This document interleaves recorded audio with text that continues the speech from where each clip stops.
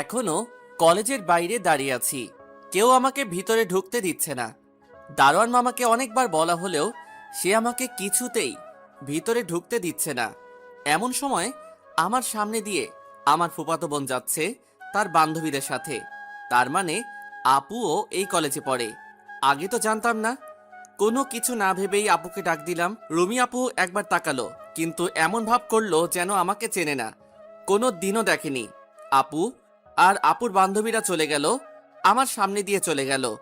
আপুর এক বান্ধবী বলেই দিল, তুই কি ওই ছোট লোকটাকে চিনিস? কেমন ক্ষত নোংরা জামা পরে কলেজের গেটের সামনে এসে মেয়েদেরকে বিরক্ত করছে। কত জায়গায় কত ছোট লোক দেখা যায়, তাই বলে কি আমার সবাইকে চিনতে হবে? কথাটা এমন করে বলল যে আমার শুনেই চোখে পানি চলে আসলো। আমি আর সেখানে না থেকে হাঁটা শুরু করলাম। হাঁটছি আর ভাবছি এখন আর বাড়িতে যাওয়া যাবে না, তখন আম্মা বুঝে যাবে যে আমাকে কলেজে ঢুকতে দেয়নি। আম্মু ঠিক কথাই বলেছিলেন, অত নামি কলেজে পড়ার দরকার নাই বাপ, আমরা যেমন তেমন কলেজে পড়াই ভালো। না, এক প্রকার জেদ নিয়েই ভর্তি হলাম কলেজে। আপনাদের আর কি পরিচয় দিব তাও বলি, আমি রাফি। এসএসসি অনেক কষ্ট করে পাশ করি। রেজাল্ট মোটামুটি হওয়ার কারণে একটা ভালো কলেজে পড়ার লোভটা সামলাতে পারিনি। আর আমার লোভের কি ফল পেলাম তা তো আপনারা দেখলেন। হাঁটতে হাঁটতে নদীর ধারে চলে এসেছি। এখন একটা গাছের নিচে বসে আছি। একা একা ভালো লাগছে না, কি আর করার, আশেপাশের পরিবেশ দেখছি। হঠাৎ করে মনে হলো আমার রুমিয়াপুর ব্যবহারটা। আমি জানি আমরা গরিব, একবেলা খেতে পারলে আরেক বেলা কি খাবো তা নিয়ে ভাবতে হয়। আর রুমিয়াপুরা অনেক বড় লোক, তার বাবা বড় ব্যবসায়ী। এইসব ভাবতে ভাবতে জোহরের আজান হলো। আমি আর কিছু না ভেবে সেখান থেকে চলে আসলাম বাড়িতে। বাড়িতে আসার পর, কিরে, তোর কলেজ কেমন হলো? বাবা, তোর সমস্যা হলে অন্য কলেজে পড়। না মা, কলেজটা অনেক ভালো, আর স্যাররা তো অনেক ভালো। জানো মা, স্যাররা তো অনেক যত্ন নিয়ে পড়ান, আর খুব ভালো পড়ান। মিথ্যা হাসি দিয়ে বললাম, বাবা, তুমি যা করবা মন দিয়ে করো, কেমন? আচ্ছা আম্মা। যা গোসল করে আয়, আমি খাবার দিচ্ছি। মা দাও, খুব খিদা লেগেছে। কিছুক্ষণ পর ফ্রেশ হয়ে আসলাম। তারপর আলু ভর্তা দিয়ে ভাত খেয়ে ঘুমিয়ে গেলাম। বিকেল 5:12 বাজে ঘুম থেকে উঠলাম। তারপর একটু বাইরে বের হয়ে নদীর পাড়ে বসে আছি। মাগরিবের আজান হলো। আমি বাড়িতে গিয়ে ফ্রেশ হয়ে বসে আছি। পড়ার ইচ্ছা আছে, কিন্তু বই নাই। বসে বসে ভাবছি, এমন সময় আব্বু আসলো। বাবা, কলেজ কেমন হলো? আলহামদুলিল্লাহ, আব্বু ভালোই হয়েছে। কিভাবে যে তোমার বইগুলো কিনে দিব ভেবে পাচ্ছি না। আব্বু, তুমি একটা কাজ করো তো, সব বইয়ের মোট কত দাম পড়বে আমাকে জানিও। আমি না হয় রাতে একটা কাজ জোগাড় করে তোমার বইগুলো কিনে দিব। আমি কিছুক্ষণ ভেবে বললাম, আব্বু আপনাকে চিন্তা করতে হবে না, কাল একটা দরখাস্ত করব যেন লাইব্রেরি থেকে আমাকে বই দেওয়া হয়। আব্বু কিছু না বলেই চলে গেলেন, হয়তো কষ্ট পেয়েছেন। এইদিকে আমি ভাবছি, আমি তো কলেজে ঢুকতেই পারলাম না, কি করে যে কি করব, এইসব ভাবতে ভাবতেই ঘুমিয়ে গেলাম। আম্মুর ডাকে ঘুম ভাঙলো। আম্মু বলল, রাফি, ওঠো, নামাজ পড়তে হবে তো, ফজরে আজান হলো। কিছু না বলেই উঠে নামাজে গেলাম। নামাজ পড়ে বসে আছি। রাফি, খেতে আয়, খাবার খেয়ে নে, কলেজে যাবি না? তারপর আমি খাবার খেতে গেলাম। কালকের কয়েক মুঠো ভাত ছিল, তাতে আম্মু বেশ কিছু পানি ঢেলে লবণ মরিচ দিয়ে ভাত মেখে দিলেন। আব্বু আগেই চলে গেছেন কাজে। আমি খাওয়া দাওয়া করে আম্মুর সাথে গল্প করে বাড়ি থেকে বের হলাম, কলেজে যাব তাই।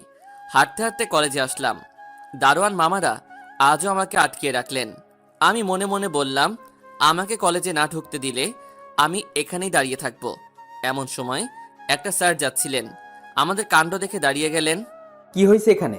কিছু না স্যার, এই ছোট লোকটা বলছে সে নাকি এই কলেজে পড়ে। তোমাদের সমস্যা কোথায় আর তোমরা হাসছো কেন? স্যার আর কিছু না বলেই আমাকে সাথে নিয়েই ভেতরে গেলেন আর বললেন, তুমি তোমার ক্লাস খুঁজে ক্লাসে যাও, আমার একটু কাজ আছে। এই বলেই স্যার চলে গেলেন। আমি আমার ক্লাস খুঁজে পেলাম। ক্লাসে প্রবেশ করি, দেখি সবাই আমার দিকে তাকিয়ে আছে। মনে হচ্ছে আমি কোনো চিড়িয়াখানার পশু। না হয় আমি ক্লাসে প্রবেশ করে ভুল করে ফেলেছি। আমি আর কিছু না ভেবে, সামনের বেঞ্চ ফাঁকা ছিল তাই সেখানে বসে গেলাম। সবাই অবাক হয়ে আমার দিকে তাকিয়ে আছে, আর আমি তাকিয়ে আছি ঘড়ির দিকে। ঠিক 8 মিনিট পর একদল ছেলে ঢুকছে। সেটা দেখে ক্লাসে যারা ছিল সবাই দাঁড়িয়ে গেল। এটা দেখে আমিও দাঁড়িয়ে গেলাম। একটা ভদ্র ছেলে আমার সামনে এসে দাঁড়ালো। দেখে বোঝা যাচ্ছে অনেক বড় লোক, অনেক ধনী ফ্যামিলির ছেলে। আমি কিছু না ভেবেই তাকে সালাম দিলাম, আসসালামু আলাইকুম ভাই। একটা চর মেরে বলল, কুত্তার বাচ্চা, ছোট লোক, তুই কে আর তুই এখানে বসলি কেন? জানিস না আমি এখানে বসি? ছোট লোকের বাচ্চা, আমার জায়গাটা তো নষ্ট করলি। তুই এখানে আসলি কিভাবে? না থাক, তোকে বলতে হবে না, তুই যা এখান থেকে। আমি কোনো কিছু না বলে গালে হাত দিয়ে ওখান থেকে চলে আসছিলাম। তখন ছেলেটা, ছোট লোকের বাচ্চা, কালু আমার সামনে যেন তোকে আর না দেখি, তাহলে কিন্তু তোকে আমি খুন করে ফেলবো, বলে দিলাম। আমি কিছু না বলেই শুধু মাথা নাড়ালাম। তারপর শেষের একটা বেঞ্চে গিয়ে বসতে যাব, তখন দেখি একটা মেয়ে আমার দিকে তাকিয়ে আছে। আপনি কি কিছু বলবেন? ওই ছোট লোকের বাচ্চা, তোর তো সাহস কম না, তুই আমার সাথে কথা বলতে এসেছিস? তারপর আরো কটু কথা বলল। আমি শুধু শুনে যাচ্ছি, একটা কথা বলতে পারলাম না। এমন সময় স্যার আসলেন, সবাই সবার জায়গায় বসলো। আমি দাঁড়িয়ে আছি। স্যার আমাকে দেখে বলল, এই ছেলে এদিকে আয়। আমি গেলাম।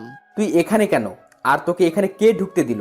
ভিক্ষে করার জন্য কলেজেও চলে এসেছিস? ছোট লোক একটা, যা এই ক্লাস থেকে বের হ। স্যার আমাকে ক্লাস থেকে বের করে দিলেন।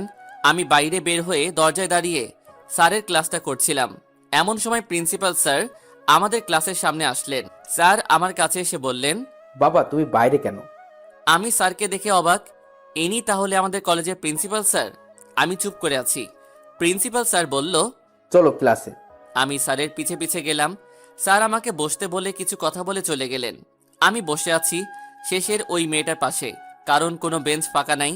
প্রিন্সিপাল স্যার যাওয়ার পর মেয়েটা দাঁড়িয়ে, স্যার, আমি এই ছোট লোকের বাচ্চাটার সাথে বসতে পারবো না। ছোট লোকটা শরীর থেকে কুত্তার মতো গন্ধ লাগছে। এটা শুনে ক্লাসের সবাই হাসতে লাগলো, আর আমার লজ্জাতে চোখে পানি চলে আসলো। আমি দাঁড়িয়ে দাঁড়িয়ে সেই দিন সব ক্লাস করে যাচ্ছি, আর সব স্যারগুলোর মুখে একই কথা, ছোট লোক আর কালু। সেই দিন ক্লাস করে বের হচ্ছি, এমন সময় প্রিন্সিপাল স্যারের সাথে আমার দেখা। আমি স্যারকে আমার সব সমস্যার কথা বললাম।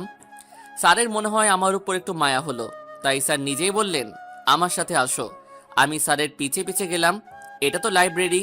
স্যার আমাকে বইগুলো দিলেন। আমি অনেক খুশি, তাই বইগুলো নিয়ে তাড়াতাড়ি করে বাইরে যাচ্ছিলাম। এমন সময় কিছু একটার সাথে ধাক্কা খেলাম।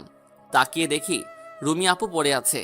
আমি কিছু না ভেবেই আপুকে উঠাতে গেলাম তার হাত ধরে। আপু বলল, কুত্তার বাচ্চা, তোর এত বড় সাহস! এটা বলেই আমাকে যা নয় তা বলেই আমাকে মারতে শুরু করলো। আর এমন সময় পুরো কলেজ আমাদের দিকে তাকিয়ে আছে। প্রিন্সিপাল স্যার আসলেন। রুমি আপু আমার নামে মিথ্যা কথা বলা শুরু করলো। জানি সবাই বিশ্বাস করলো। প্রিন্সিপাল স্যার আমাকে টিসি দিয়ে কলেজ থেকে বের করে দিলেন। আমি সেই দিন অনেক কেঁদেছি। আচ্ছা, আপনারাই বলেন, আমি গরিব বলে কি আমি ভালো কলেজে পড়তে পারবো না? আমি গরিব বলেই কি আমার বেঁচে থাকার কোনো অধিকার নাই? আমি গরিব, তাই আমাকে যা তা বলে অপমান করবে। আমরা গরিব, তাই বলেই আমরা ছোট লোক, তাই আমরা এই সমাজে এত অবহেলিত। আচ্ছা, আপনারা তো অনেক ধনী, আমরা কি ইচ্ছে করে গরিব ঘরে জন্ম নেই? আরে ভাই, আমরাও মানুষ, আমাদেরও বেঁচে থাকতে ইচ্ছা করে স্বাধীনভাবে। আমাদের মানুষ বলে একবার কাছে টেনে দেখেন, এই ছোট লোকদের একটা সুযোগ দিয়ে দেখেন, তারাও আপনাদের মতো মানুষ হবে ঠিকই, তারাও আদর্শ মানুষে রূপান্তরিত হবে। আমরা কি পারি না এই ছোট লোকদের নিয়ে এই সুন্দর পৃথিবীটাকে আরো সুন্দর করে গড়ে তুলতে? আমি সেই দিন অনেক কেঁদেছিলাম। সেই দিন কারো সাথে কোনো কথা না বলে সারা দিন কেঁদেছিলাম। আম্মু আমাকে অনেকবার বলেছেন কি হয়েছে, আমি আর কিছু বলতে পারিনি সেই দিন। আমি সারা দিন কিছু খাইনি। রাতে শুয়ে শুয়ে ভাবছি আমি আর এই নিষ্ঠুর শহরে থাকবো না, যে শহরে আমার কোনো মূল্য নেই, কুত্তার মতো ব্যবহার করে সবাই।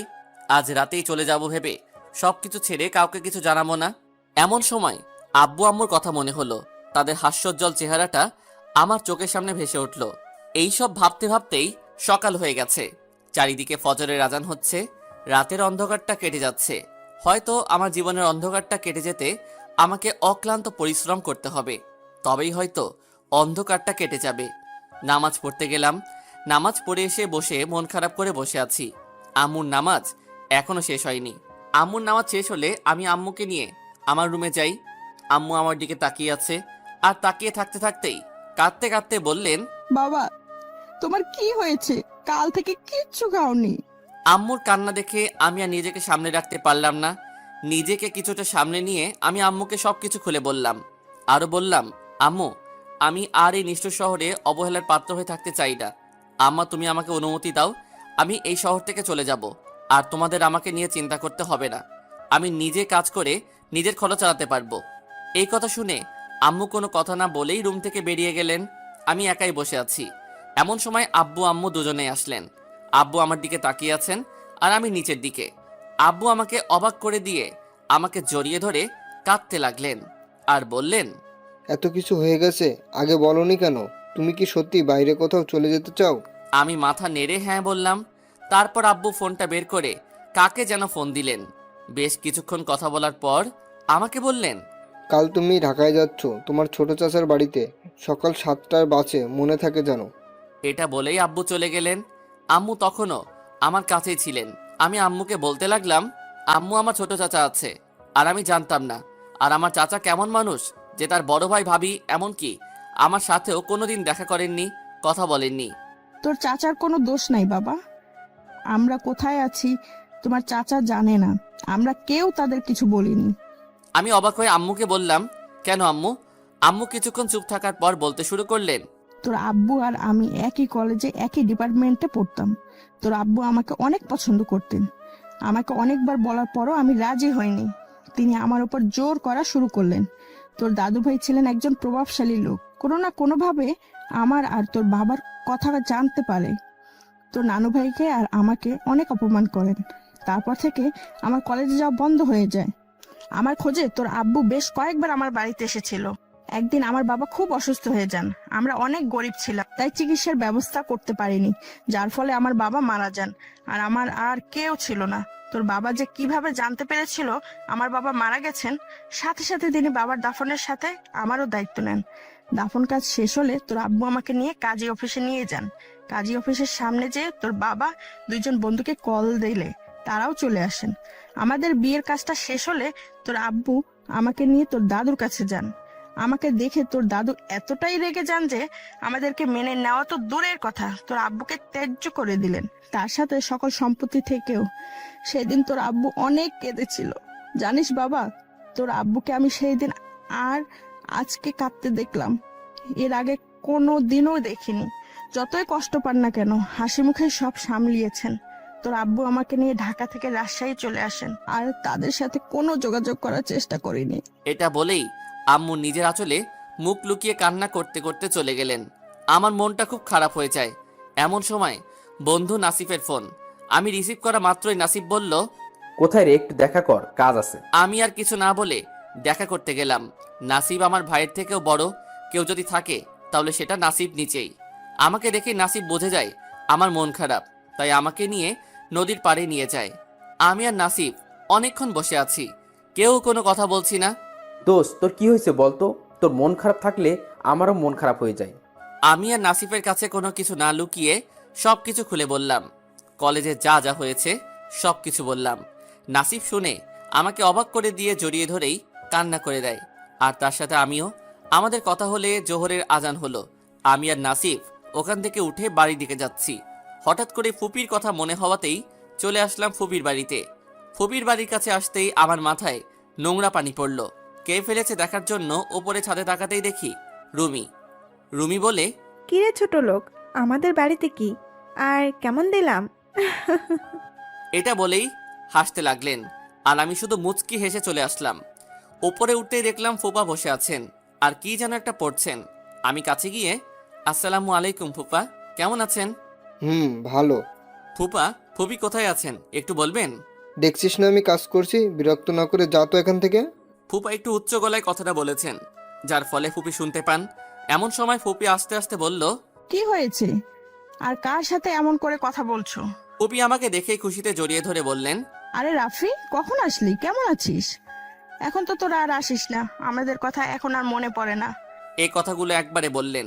আমাদের কথা বলা দেখে ফুপা চলে গেলেন। আমি দেখেও না দেখার ভান করে রইলাম আর বললাম, ফুপি, তোমাকে অনেক দেখতে ইচ্ছা করছিল তাই চলে আসলাম। আরও অনেক কথা বললাম। বেশ কিছুক্ষণ পর রুমি আসলো আর বলতে লাগলো, কিরে, ছোট লোকের বাচ্চা, এখনো যাসনি নাকি দুপুরে খেয়ে যাবি? কথাটা শেষ না হতেই ফুপা বলে উঠলেন, রুমি কি বলছো এসব? কুকুরের পেটে কি ঘি হজম হয়? আর রাফি, তুই এগুলো খেয়ে হজম করতে পারবি? এটা বলেই দুজনে হাসতে থাকে। এটা দেখে ফুপি আমার হাত ধরে নিচে নিয়ে আসলেন আর আমাকে জড়িয়ে ধরে কাঁদতে কাঁদতে বলেন, রাফি শোনা, তুই আর আমাদের বাড়িতে আসিস না। তোকে এরা এত অপমান করে, আমারই খারাপ লাগে। এটা বলেই আমাকে ছেড়ে দিয়ে চলে গেলেন। আমি ভাবছি ছোট লোকের আবার মান সম্মান আর অপমান হতে হতে এখন আর গায়ে লাগে না। এসব ভাবতে ভাবতেই ফুপিদের বাড়ি থেকে বের হলাম। হঠাৎ করে আমি লক্ষ্য করলাম আমার সামনে একটা সুন্দর গাড়ি দাঁড়িয়ে আছে। গাড়িটা দেখে মনে হচ্ছে অনেক দামি গাড়ি। অনেকক্ষণ তাকিয়েছিলাম গাড়িটার দিকে। হঠাৎ গাড়ির ভিতর থেকে একজন ভদ্রমহিলা নেমে আসলেন। আমি তখনও সেখানেই রয়েছি। সেখানে তিনি নামার সাথে সাথে আমাকে বললেন, তুমি আমাকে কি একটু সাহায্য করতে পারবে? জি। আমার গাড়িটার একটু সমস্যা হয়েছে, একটু বলবে গ্যারেজটা কোথায়? আমি কি একটু দেখতে পারি? তুমি কি পারবে? একটু চেষ্টা করে দেখতে পারি, আমার সামান্য একটু অভিজ্ঞতা আছে। আচ্ছা বাবা, একটু দেখে দাও, আমার খুব দরকারি কাজ আছে, তাড়াতাড়ি যেতে হবে। আমি আর কথা না বলেই গাড়িটা দেখতে লাগলাম। যা বুঝলাম একটা লিকেজ হয়েছে, তা সারিয়ে দিলাম। আমি বললাম, এবার গাড়িটা দেখেন তো ঠিক আছে কিনা। মহিলা গাড়িতে উঠলেন আর গাড়িটা স্টার্ট দিলেন। গাড়িটা চালু হলো। তিনি নেমে আসলেন আমার কাছে। বাবা, এই টাকাগুলো রাখো, তোমার কাজে লাগবে। কিছু টাকা আমার দিকে এগিয়ে দিয়ে, মাফ করবেন ম্যাম, আমার এই টাকাগুলো লাগবে না, আমার জন্য দোয়া কইরেন, তাহলে আমি খুশি। উনি আর কোনো কথা না বলে গাড়িতে করে চলে গেলেন।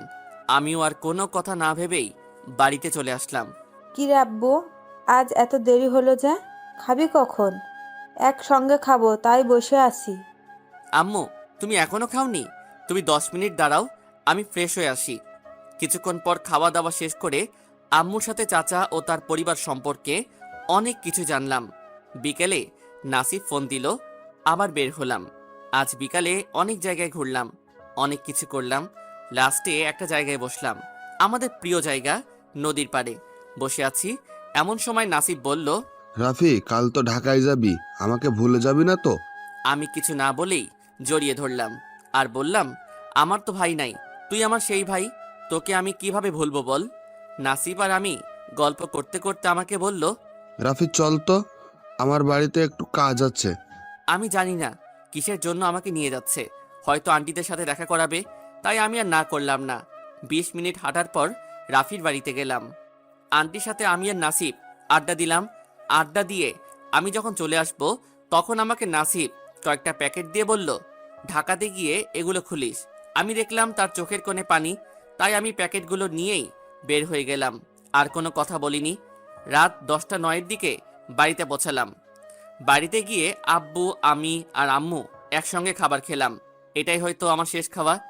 জানি না আর কবে আবারও একসঙ্গে খেতে পারবো কিনা। অনেক রাত হলো, সবাই ঘুমিয়ে গেছে, আমার আর ঘুম আসছে না। আমার প্রাণের শহর রংপুর ছেড়ে কাল চলে যেতে হবে। ভাবতেই অবাক লাগে, আজ গরিব বলেই আমার প্রিয় মানুষগুলোকে ছেড়ে অচেনা জায়গায় যেতে হচ্ছে। এসব ভাবছি আর চোখ থেকে পানি পড়ছে। ভাবতে ভাবতে ঘুমিয়ে গেলাম। ফজরের আজান হচ্ছে, নামাজ পড়ার জন্য উঠলাম। দেখি আম্মু আমার আগেই উঠে গেছে। আমি কিছু না বলেই নামাজে চলে গেলাম। নামাজ পড়ে এসে আব্বুর কাছে গেলাম। আব্বু আমাকে সবকিছু বুঝিয়ে দিলেন। আমি সবকিছু গুছিয়ে নিয়েছি, তাই আমার কোনো সমস্যা নেই। আব্বু সবকিছু বুঝিয়ে দিলেন, ওখানে কোনো প্রকার কষ্ট হবে না। তোর চাচা একটা মাটির মানুষ। কথা বলতে বলতেই আম্মু আমার জন্য খিচুড়ি রান্না করে নিয়ে আসলেন। আমি আর আব্বু খেয়ে নিলাম। এখন সকাল 6টা বাজে, আর 1 ঘন্টা পরেই আমার বাস, চলে যেতে হবে আমাকে। আমি গোসল করে রেডি হতে যাব, তখন আব্বু আমাকে একটা শার্ট ও একটা প্যান্ট দিলেন আর বললেন, এগুলো পরে আয়, আমি বাইরে আছি।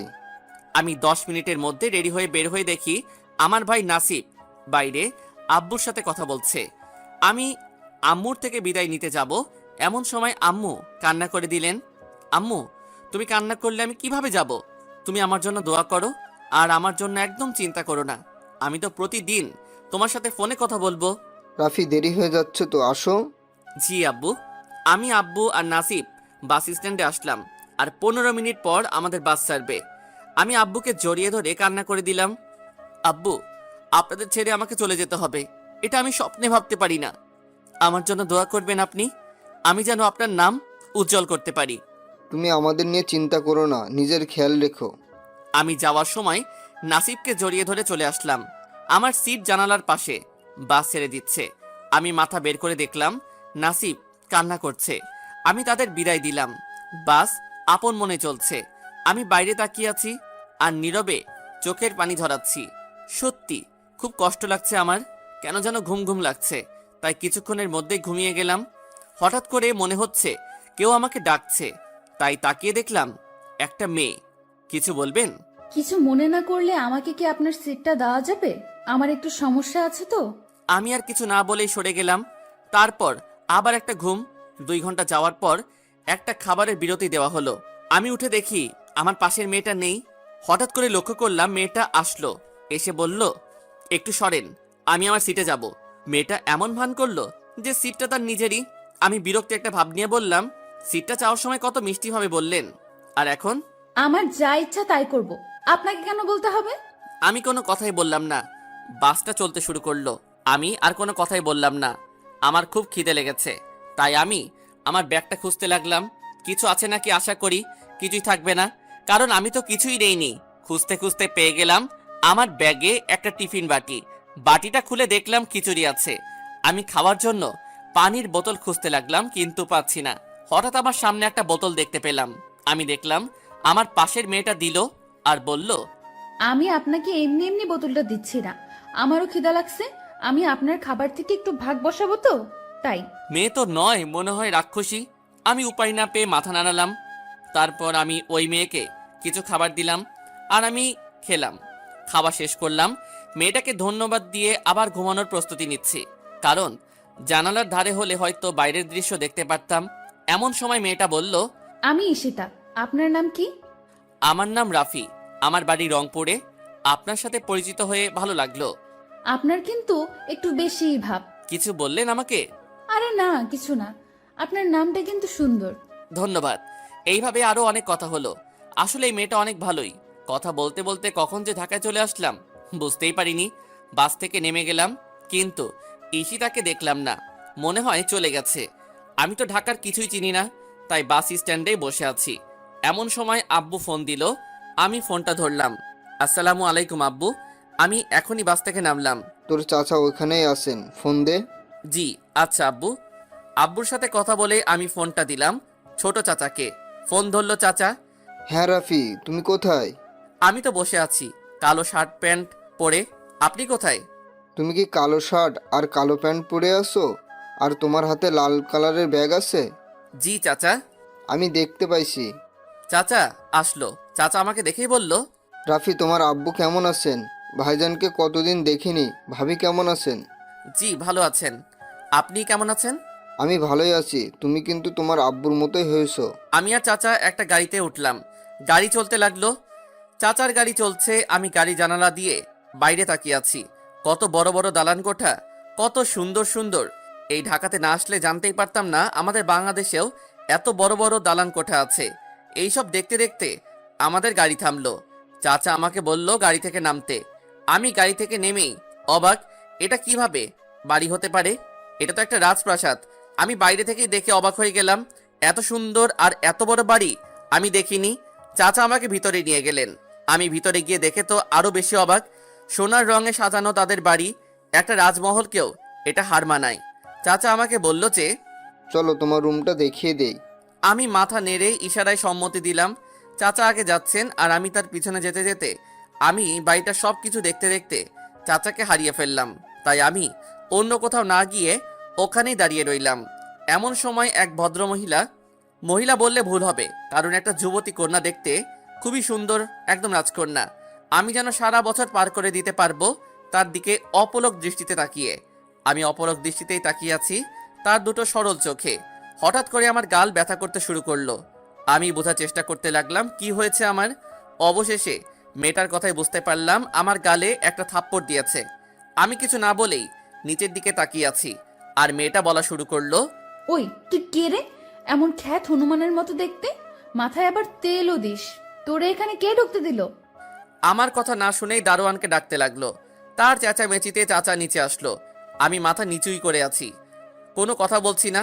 কি রে কাউয়া বিড়াল, কথাও বলতে জানিস না দেখছি। তোর মতো ছোট লোকদের কেন যে আমাদের বাড়িতে দেখতে হয়? তোর সাহস কি করে হয় আমাদের বাড়িতে এইভাবে ঘুরে বেড়ানোর? এটা বলেই আনিশার গায়ে যত জোর ছিল তত জোর দিয়েই আমাকে একটা থাপ্পড় মারলো।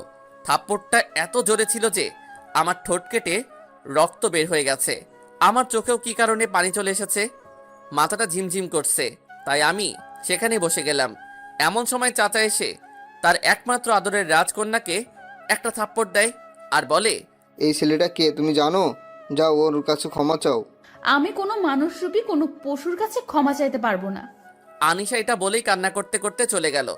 আমি পরিস্থিতি স্বাভাবিক করার জন্য বললাম, চাচা আমার রুমটা একটু দেখিয়ে দিবেন। চলো। চাচা আমাকে রুম দেখিয়ে দিয়ে বললেন, জানো রাফি, এটা তোমার আব্বুর ঘর। আমি যত্ন করে রেখেছি এই ঘরটাকে। আমি আমার ভাইজানকে অনেক ভালোবাসি। থাক সেই কথা, তুমি ফ্রেশ হয়ে আসো, আমরা একসাথে লাঞ্চ করব। আমারও খুব খিদা লেগেছে, তাই হ্যাঁ বলে দিলাম। আমি ফ্রেশ হতে যাব। এমন সময় চাচা আমার হাত ধরে বললেন, বাবা তুমি তোমার বোনটাকে মাফ করে দাও। ও এমনই, কিন্তু বন্ধু হয়ে গেলে বুঝতে পারবে যে এটা সেই আগের আনিশা না। আর ওর ব্যবহারের জন্য আমি তোমার কাছে ক্ষমা চাইছি। ছোট মানুষ, না জেনেই ভুল করেছে। তুমি বাবা ওর উপর রাগ করে থেকো না। আব্বু ঠিকই বলেছিল, তার ভাই মাটির মানুষ। চাচা আপনি আমাকে সত্যি এইবার লজ্জায় ফেললেন।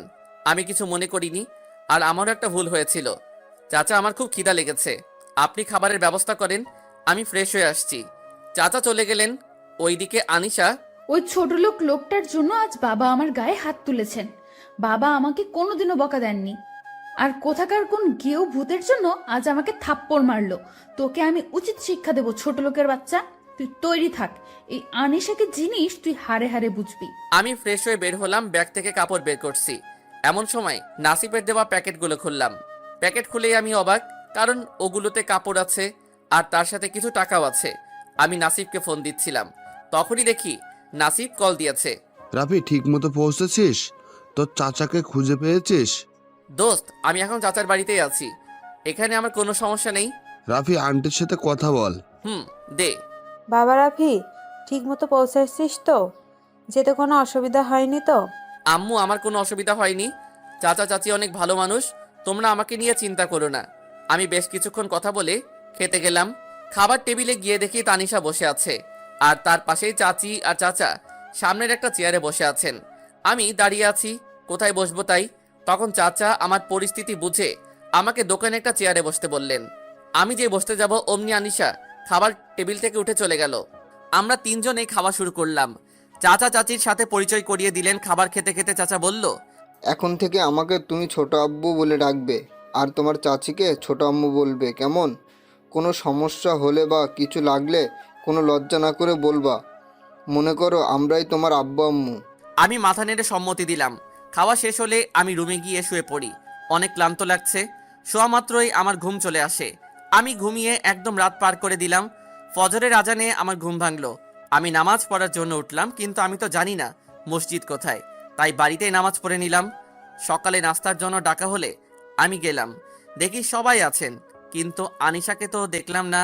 তাই ছোট আব্বুকে বললাম, ছোট আব্বু, তানিশা আপু কই? আমার কথা শুনে চাচা চাচি দুজনে হাসতে লাগলো আর বলল, ও তোমার 1 বছরের ছোট। ছোট হলে কি আপু বলা যায় না? নাস্তা করে আমার রুমে আসলাম। আমার খারাপ লাগলো। আমার জন্য হয়তো তানিশা আপু খেতে আসেনি, আমার সরি বলার দরকার। তাই কোনো কিছু না চিন্তা না করেই চলে গেলাম আনিশাকে খুঁজতে।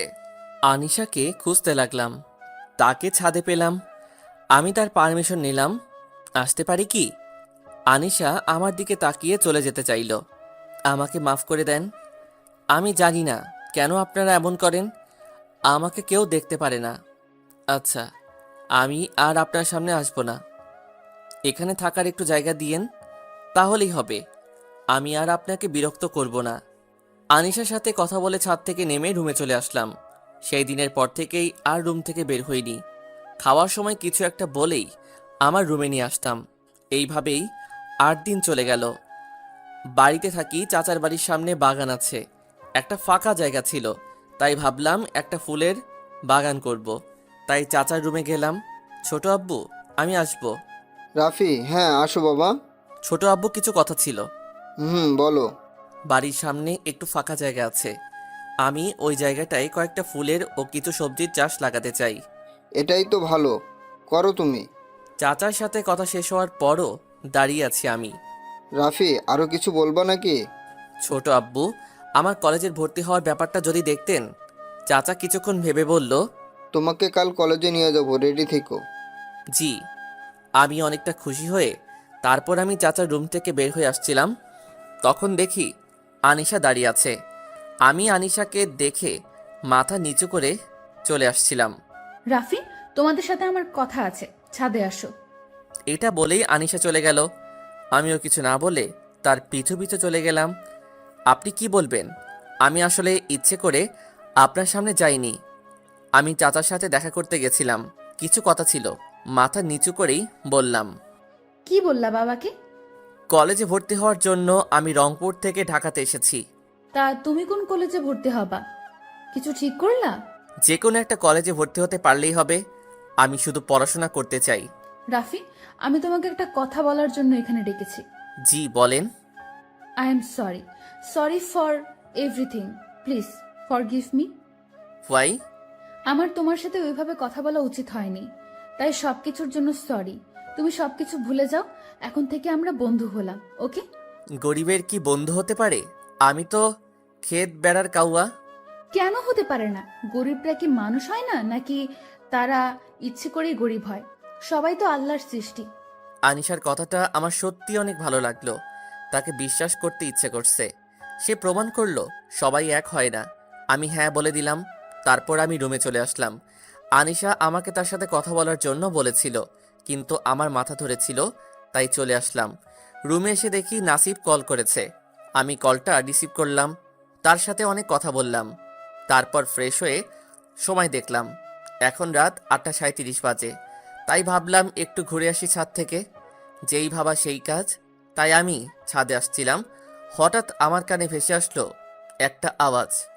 কণ্ঠটা আনিশার।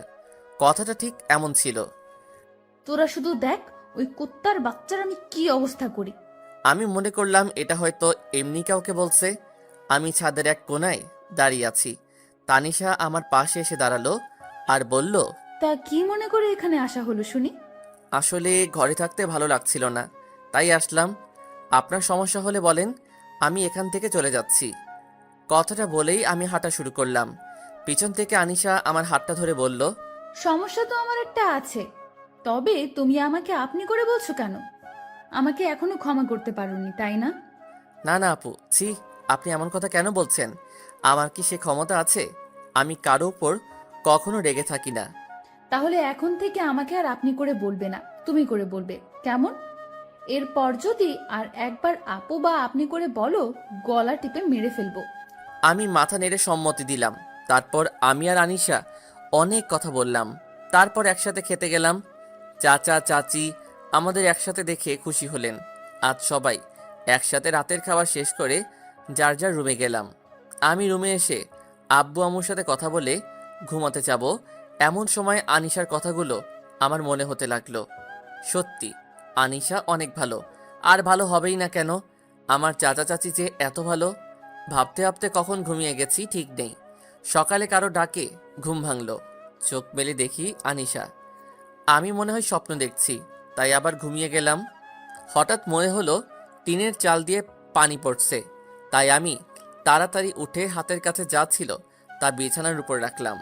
আরে, আমি তো ভুলেই গেছি আমি চাচার বাড়িতে আছি। এখানে তো বৃষ্টি পড়ার কথা না।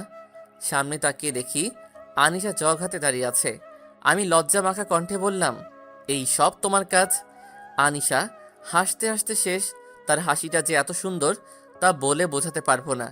আমি এক দৃষ্টিতে তার দিকে তাকিয়ে আছি। আনিশা বিষয়টা বুঝতে পেরে বলল, তুমি রেডি হয়ে নিচে আসো, নাস্তা করে কলেজে যাব। এটা বলেই আনিশা চলে গেল। অজান্তেই আমারও মুখে হাসি ফুটে উঠল। তারপর নাস্তা করে বেরিয়ে গেলাম কলেজে। আমি আর আনিশা একটা গাড়িতে যাচ্ছি। আনিশা গাড়ি ড্রাইভ করছে। চাচা কাল রাতেই সব ব্যবস্থা করে রেখেছেন। আনিশা আমাকে নিয়ে কলেজের খানিকটা দূরে নামাই দিয়ে বলল, একটা রিক্সা করে আসো। আমিও তাই করলাম। তারপর প্রিন্সিপালের রুমে গিয়ে আমার পরিচয় দিলাম। তিনি আমার চাচাকে ফোন দিয়ে আমার ভর্তি কনফার্ম করলেন। সেই দিন ক্লাস করে আবার একই জায়গাতে আনিশার সাথে দেখা। সে আমাকে দেখে বলল গাড়িতে আসতে। আমিও গাড়িতে উঠলাম। তারপর সকালের ঘটনাটা জানতে চাইলাম। তাই সে বলল একটা ফ্রেন্ডকে নাকি নিতে যাওয়া লাগে। আমাদের বেশ ভালোই বন্ধুত্ব হয়ে যায়। আর আমি প্রতিদিন এক জায়গাতে নামতাম আর উঠতাম কলেজের পথে। এইভাবে কয়েক মাস পার হয়ে গেল। আমাদের পরীক্ষার রেজাল্ট দিল।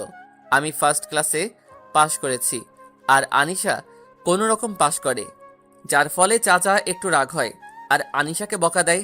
এতে আনিশার রাগ আমার উপর আরও বেড়ে যায়। তার মধ্যে প্রতিশোধের আগুন জ্বলে ওঠে। তারপর সে ভাবতে থাকে কিভাবে আমার উপর তার প্রতিশোধ নিবে। আনিশা রেগে তার রুমে চলে যায় আর ভাবতে থাকে কিভাবে আমাকে অপমান করে আমাকে বাড়ি থেকে বের করে দেওয়া যায়। আনিশা আর সেই দিন তার রুম থেকে একটুর জন্যও বের হলো না। সেদিন কোনো রকম কেটে গেল। আনিশা সারাদিন সারা রাত ভেবে একটা বুদ্ধি বের করলো আর তার সেই বুদ্ধিতে মাঠে নেমে পড়ল। সকালে ঘুম থেকে উঠে দেখলাম আমার রুমের সামনে চাচা দাঁড়িয়ে আছে। আমি তাড়াতাড়ি উঠে চাচার কাছে গেলাম। চাচা বলল, তুমি কি আজ কলেজে যাবা? চাচা আমার না শরীরটা খারাপ করছে, তাই ভাবছি আজ কলেজে যাব না। চাচা আমার কাছে এসে কপালে হাত দিয়ে বলল, তোমার তো অনেক জ্বর এসেছে। চাচা তেমন কিছু না, একটু পরেই ঠিক হয়ে যাবে। এমনটা আমার মাঝে মাঝে হয়। ও, চাচা আপনি কি কিছু বলবেন? তুমি কি আনিশাকে একটু পড়াতে পারবে? ও তো পরীক্ষায় ভালো রেজাল্ট করতে পারছে না, তাই ভাবলাম তুমি যদি একটু গাইড করতা। আচ্ছা চাচা আমি পড়াবো। আপনি এখন খুশি তো? আমি অনেক খুশি হয়েছি। আর তুমি যদি পারো তাহলে কাল থেকে পড়াতে শুরু করে দাও, কেমন? জি আচ্ছা। আমি একটু ফ্রেশ হয়ে নিচে গেলাম আমার হাতে তৈরি করা বাগানটাই। সেখানে গিয়ে গাছে পানি দিলাম। তারপর রুমে গিয়ে একটা কাজ করছিলাম। এমন সময় আনিশা আসলো। রাফি, তোমাদের সাথে আমার কথা আছে। বলো। এখানে বলা যাবে না। আমার সাথে তোমাকে যাওয়া লাগবে। তুমি এখন রেডি হয়ে আসো, তোমাকে নিয়ে একটা জায়গায় যাব। কিন্তু কোনো কিন্তু না, তোমাকে যেতেই হবে। আনিশা তুমি আমাকে কয়েক মিনিট সময় দাও, আমি নাস্তা করে রেডি হয়ে তোমার সাথে যাব। তোমাকে আমি নাস্তা করাবো, এখন চলো। তারপর আমি আর আনিশা গাড়িতে করে অজানা গন্তব্যে চলা শুরু করলাম। আমার জন্য অজানা, কিন্তু আনিশা চিনে। বেশ কিছুক্ষণ গাড়ি চলার পর একটা রেস্টুরেন্টের সামনে গাড়ি থামালো। অনেক বড় রেস্টুরেন্ট। আমি আর আনিশা ভিতরে প্রবেশ করলাম। আনিশা আর আমি রেস্টুরেন্টের শেষ টেবিলে গিয়ে বসলাম। আনিশা খাবার অর্ডার দিল। আমি চুপচাপ বসে আছি মাথা নিচু করে, কারণ আনিশাকে আজ অনেক সুন্দর লাগছে। সাদা ড্রেস, কালো খোলা চুল, সামনে হালকা বাদামি করা ঠোঁটে আমার কাছে সত্যি অসাধারণ লাগছে। আমার কথা ছিল, তুমি এইভাবে নিচে তাকিয়ে থাকলে কিভাবে বলবো? তুমি বলো, আমি শুনছি। দেখো, তোমাকে একটা কথা বলি, আমি কোনো ভঙ্গিমায় যাচ্ছি না, তোমাকে সরাসরি বলছি। এটা বলেই আনিশা আমার হাত ধরে ফেলে। আমি অবাক হয়ে তার দিকে তাকালাম। আমি তোমাকে ভালোবাসি, জানি তুমিও আমাকে ভালোবাসো। আনিশার কথাটা শেষ হওয়ার আগেই খাবার চলে আসলো। আমি আনিশাকে আর কিছু না বলতে দিয়ে, আপনি এগুলো কি বলছেন? আপনি কোথায় আর আমি কোথায়? আপনার কোথাও ভুল হচ্ছে। আর আমি আপনাকে কোনো দিনও ভালোবাসতে পারবো না, আমাকে মাফ করবেন। এটা বলেই আমি চলে আসতে যাব, তখন আনিশা বলে, আমি তোমাকে সত্যিই ভালোবাসি। আচ্ছা, আমাকে না ভালোবাসার একটা কারণ বলো, আমি আর তোমাকে বিরক্ত করব না। আর আমি কোন দিক দিয়ে কম? আমার সব কিছুই আছে, কি নেই আমার? টাকা, সম্পদ সব আছে। আমি শুধু তোমাকে চাই রাফি, শুধু তোমাকেই চাই। এটা আমার দ্বারা সম্ভব না, আর আমি গরিব। আপনারা কত বড় লোক, আমি কোনোভাবেই চাচা চাচিকে কষ্ট দিতে পারবো না, ক্ষমা করবেন। আপনার সাথে আপনাদের মতো বড় লোকের ছেলেকেই মানায়, আমাকে নয়। কথাটা বলতে আমার যত দেরি, আনিশার সাথে সাথে খাবারের প্লেট থেকে চাকু নিয়েই তার হাতের এক জায়গায় কেটে দেয়। ধার না থাকায় খুব একটা বেশি কাটে নাই। আমি সাথে সাথে তার হাত থেকে চাকু ফেলে দিয়েই টিস্যু দিয়ে হাতে চেপে ধরলাম। আনিশাকে অনেক কষ্টে গাড়িতে বসিয়ে দিয়ে আমি ফার্মেসি থেকে তুলো, ব্যান্ডেজ আর স্প্রিন্ট নিয়ে আসলাম। তার হাতে ওইগুলো দিয়ে তাকে বোঝানোর চেষ্টা করলাম, কিন্তু সে কিছুতেই বুঝতে চাচ্ছে না, শুধু কান্না করেই যাচ্ছে আর একটা কথাই বলতে থাকছে, আমাকে ভালোবাসতেই হবে। আমি কোনো উপায় না পেয়ে বললাম, আমাকে কিছুদিন সময় দেওয়া লাগবে। তুমি সময় নাও, কিন্তু আমার উত্তর কিন্তু হ্যাঁ চাই। যদি না বলো তাহলে আমি নিজেকে শেষ করে দিব। আমি কিছু না বলে বাড়িতে যেতে বলে গাড়িতে উঠলাম। আনিশা গাড়ি চালাচ্ছে আর আমার দিকে তাকাচ্ছে। আমি আর একবারও আনিশার দিকে তাকাইনি। বাড়িতে আসলাম, এসেই আমার রুমে গেলাম। আর ভাবতে লাগলাম কি থেকে কি হয়ে গেল। দুপুরে আর গেলাম না খেতে, তাই আনিশা আসলো আমাকে ডাকতে। আমার ইচ্ছা না থাকা সত্ত্বেও যেতে হলো, কারণ খুব জেদি মেয়ে। আমার সামনাসামনি চেয়ারে আনিশা বসলো। আমি আমার মতো খাওয়া শুরু করলাম। আমার যেন কেমন কেমন লাগছে। কি হয়েছে? বাবা মনে হয় আমার পায়ের ওপর দিয়ে বিড়াল গেল, তাই ভয় পেয়েছি। ও খাও। ভালো কথা মনে পড়লো, আজ থেকে রাফি তোমাকে পড়াবে। তোমার কি কোনো সমস্যা আছে? না বাবা, আমি তোমাকে এটা বলবো ভাবছিলাম, তার আগেই তুমি বলে দিলা। এটা বলেই আনিশা একটা শয়তানি হাসি দিল, যা আমার ভালো লাগেনি। আমি কোনো কথা না বলেই তাড়াতাড়ি খাওয়া শেষ করে আমার রুমে গেলাম। আমার খুব ঘুম পাচ্ছে, তাই ঘুমিয়ে গেলাম। সন্ধ্যায় ঘুম ভাঙলো, তাই ফ্রেশ হতে গেলাম। ফ্রেশ হয়ে দেখি চাচি আমার রুমে। চাচি, কিছু বলবেন? বাবা আনিশাকে পড়াবে না? এই তো যাচ্ছি। আমার কোনো ইচ্ছা নেই আনিশাকে পড়ানোর। আমি রুমে ঢোকার আগে দরজায় নক করলাম। ভেতরে আসো। আমি গেলাম, দেখলাম আনিশা বসে আছে টেবিলে। বসো। আনিশা আমাকে চেয়ার দেখিয়ে দিয়ে বলল। আমি বসলাম আর তাকে পদার্থ বই বের করতে বললাম। আমি বায়োলজি পড়বো না, তাই আমি প্র্যাকটিক্যালও করব না। তাহলে কি পড়বা? রাফি, আজ আমি তোমাকে শিখাবো। বলেই আনিশা আমাকে কিস করতে লাগলো। আমি তাকে ধাক্কা দিয়ে ওখান থেকে বের হয়ে গেলাম। বের হতেই চাচি আমাকে বলে, এত তাড়াতাড়ি পড়া শেষ? আজ শুধু পড়া দিলাম, কাল থেকে ভালো করে পড়াবো। এটা বলে চলে আসলাম। আমার নিজেরই খারাপ লাগছে, কেন যে রংপুর ছেড়ে আসলাম। ভাবতে ভাবতে ঘুমিয়ে গেলাম। সকালে আনিশা আসলো আর বলল, কি হলো, তুমি ওইভাবে চলে আসলা কেন? তোমার কি ভালো লাগেনি? কাছে আসো, আরেকটা দেই। দেখো, আমার এগুলো ভালো লাগে না। আমি তোমাকে বোনের মতোই দেখি। তুমি যদি ভালো করে পড়তে চাও তাহলে পড়াবো, না হলে আমাকে এখান থেকে চলে যেতে হবে। আনিশা কিছু না বলে চলে গেল। মনে হয় কষ্ট পেয়েছে। আমি সন্ধ্যায় তার রুমে নক করে প্রবেশ করলাম। সে এখন চুপ করে বসে আছে। আমি তাকে পড়ালাম, পড়া দিলাম। সে কোনো বাড়তি কথা বলেনি। এটা আমার ভালোই লাগলো। এইভাবেই আমার দিন যাচ্ছে। আমাদের আবার পরীক্ষা শুরু হলো। এই কয়েকদিনে আমিও আনিশাকে মনে মনে ভালোবেসে ফেলেছি। পরীক্ষার সময় আমি আর আনিশা একসাথে অনেক পড়তাম। এইভাবে আমি ওকে পড়াতাম। আমাদের দিনকাল ভালোই চলছিল। পরীক্ষা শেষ হলো। আমি আর আনিশা বসে আছি, ছাদে গল্প করছি। এমন সময় আনিশার ফোনে একটা কল আসে, তাই সে চলে যায়। আমি ছাদে থেকে কিছুক্ষণ পর নেমে যাই। রাতে শুয়ে শুয়ে ভাবছি কাল আনিশাকে মনের কথা খুলে বলবো। এভাবে বুকে চেপে আর রাখতে পারছি না। তারপরের দিন আমি আনিশাকে আমার মনের কথা বলতে তার রুমে যাই। সে আমাকে দেখে অবাক হয়, কারণ আমি শুধু তাকে পড়ানোর সময় তার রুমে যেতাম। কিছু বলবে? হুম। বলে ফেলো। আমি তোমার সাথে মিশতে মিশতে কখন যে তোমাকে নিয়ে মনে মনে ভাবতে শুরু করেছি জানি না। হয়তো আমিও তোমাকে ভালোবেসে ফেলেছি আনিশা। আমি তাকে আমার মনের কথাগুলো বললাম। আমার কথা শুনে আনিশা হো হো করে হেসে উঠল। আমি কিছু বোঝার আগেই দরজাটা লক করে দিল। আমার কাছে এসে বলতে লাগলো, আমি এই দিনটার জন্যই অপেক্ষায় ছিলাম, কি করে তোকে আমার জালে ফাঁসানো যায়। এটা বলেই আনিশা আবারও হাসতে শুরু করে। আমি কিছুটা ঘাবড়ে যাই। আনিশা কি বলছে এইসব? তার মানে আমি কি মিথ্যা মায়ায়, মিথ্যা ভালোবাসায় পড়েছি আমি? এইসব ভাবতে ভাবতে আনিশা আমার কাছে চলে আসে, একেবারে কাছে। কাছে এসেই তার হাত আমার গালে রাখলো। মনে করেছিলাম আমার সাথে মজা করে ওইসব বলেছিল, তাই আমি গাল ফুলিয়ে হাসতে যাব এমন সময় আনিশা তার নখ দিয়ে আমার গাল আঁচড়ে দিল। ওহ, কি ব্যথা বলে বোঝাতে পারবো না। আমি আনিশার হাত ধরে নিলাম শক্ত করে।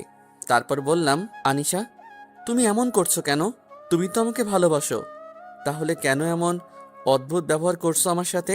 কথাটা বলার সাথে সাথেই আনিশা বলতে শুরু করলো, ভালোবাসা?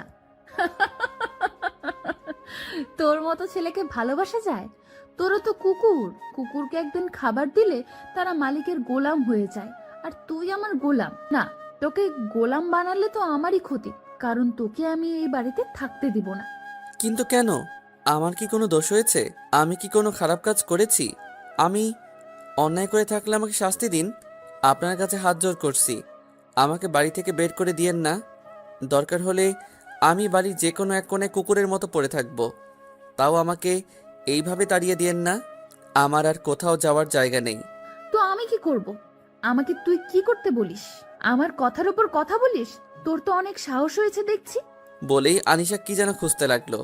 আমি তাকিয়ে দেখি চাবুক। তারপর আনিশা কোনো কথা না বলেই আমাকে চাবুক নিয়ে মারতে লাগলো।